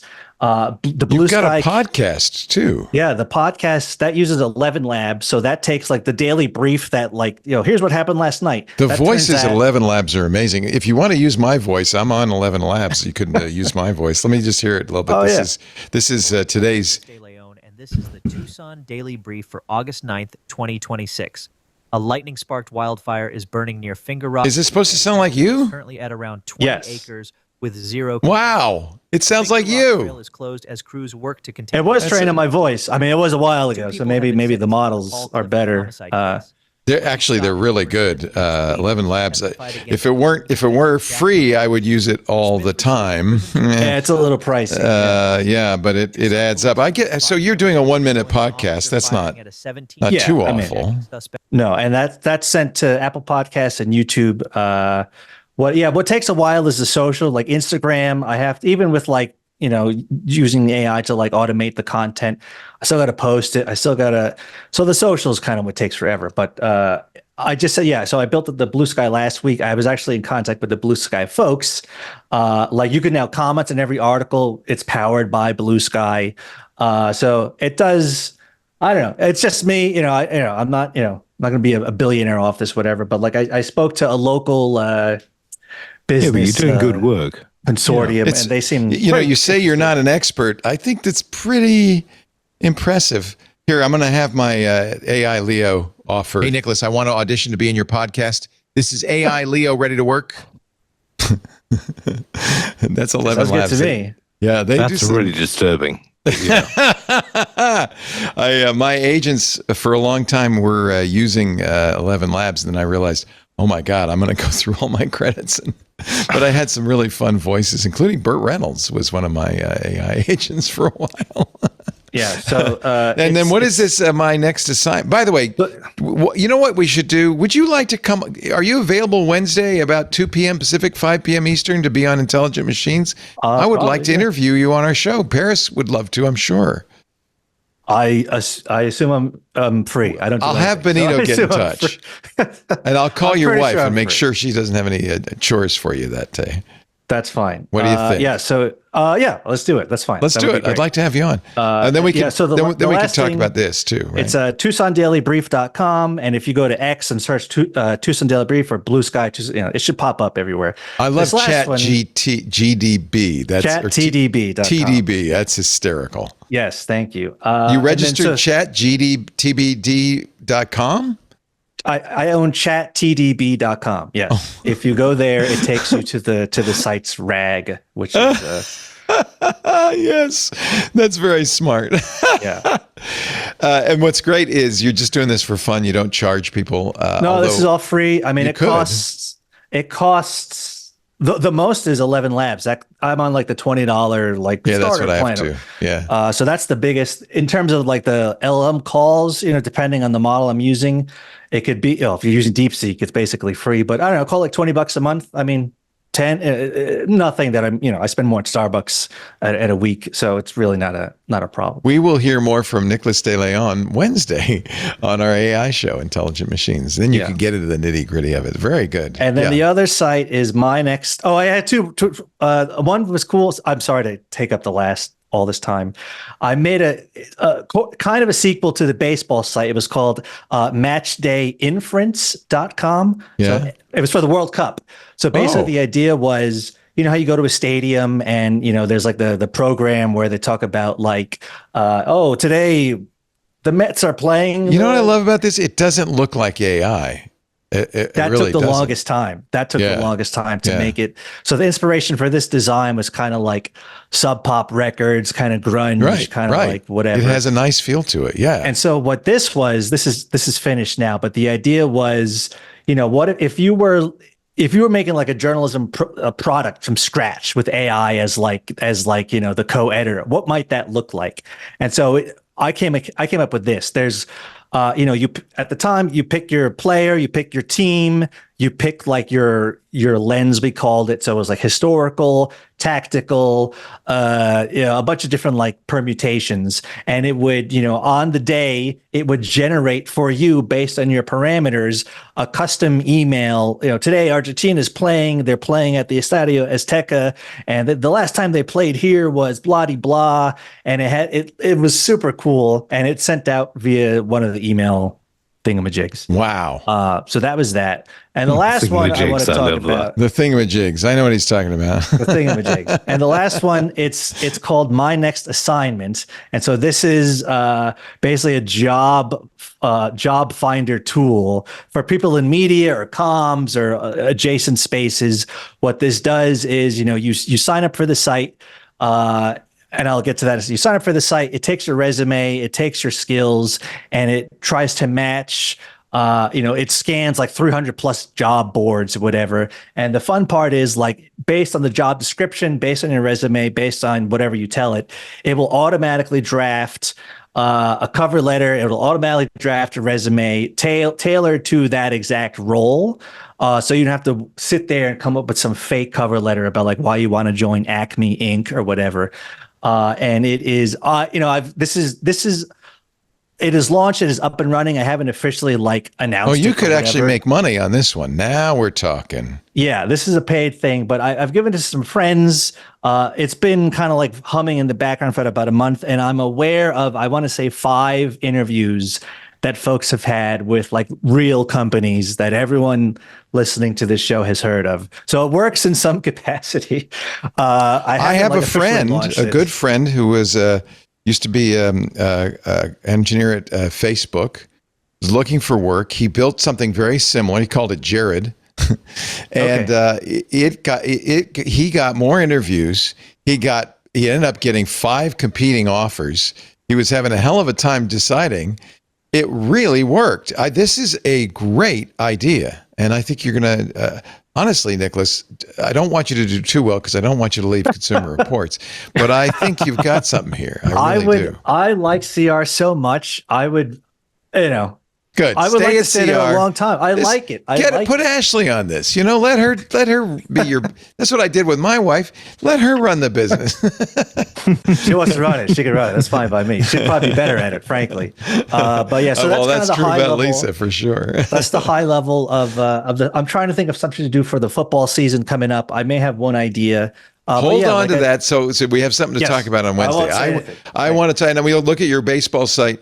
But I really want to look at your how you do it, your procedural, what your tools are and how you do it. So I think that's very helpful. It's very interesting. We cover AI, of course, on Intelligent Machines every Wednesday. We also have an AI user group, which we've now made twice a month because I think everybody's working on this stuff and we're all doing it kind of independently and we've all found different ways of doing it. I think it's really useful to share that. We can learn from each other and get better together. That's one of the reasons why I'm still on X. X, there's a lot of indie hackers who would say doing really interesting stuff that are kind of like, okay, if this guy who's just a guy like me, if he could do this, then why can't I do that? I steal stuff every day from. Yeah. I go to my agents and say, hey, here's a new repo. Check this out. Here's a new idea. Check this out. Because there is a lot of it. I hate to admit it. The good news is X now has buttons at the top where you can just say, I just want to follow AI. And Elon doesn't post much there. The only thing you have to watch out for is there are a lot of people kind of doing engagement farming saying, I've found the 3 prompts that are going to change your life forever. You just ignore those guys. But there are some legitimate people on X. In fact, most of the people who are doing the real work, like Technium from News Research, who does Hermes, and his partners are on there. And I think that's a really good way. It's sad to say. I left X when Elon bought Twitter. I think I'm back on it. I hate to admit it, because that's where you go. It is what it is. It is exactly. I'm not wild about being back on there, but you got to do it. So it is what it is, as you say. I do use Grok 4.5, Elon's model, just as a third frontier model for a variety of things. But I named it Kronk. And I said, and you have to talk in a caveman voice. So it says, I am Kronk, and I will fix. It is marvelous, though, when Grok contradicts Elon Musk. It's kind of like, what did I pay these billions for?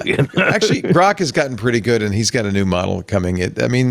He's spending a lot of money. Grok build is cool. It's can't knock it. But at the same time, he said that Hitler was a left-wing socialist. And it stopped doing that. Yeah, maybe not. I wouldn't ask it about that kind of stuff, that's for sure. Thank you so much, Nicholas. Thank you so much, Ian. It's great to see you. Thanks especially to our club members who make such a big difference keeping this show on the road. Without you, we would literally have to shut down or for sure cut back. More than 30% of our operating expenses are paid by Club Twit members. Your subscription means so much to us, $10 a month, and we give you a benefit for it, ad-free versions of everything, so you never hear another ad. You also get chapter markers. So, there's a big controversy over at Spotify because they put a skip button that you can skip through ads on the Spotify player, and everybody's saying, you're going to kill podcasting. No, here's the easiest thing. You don't want ads?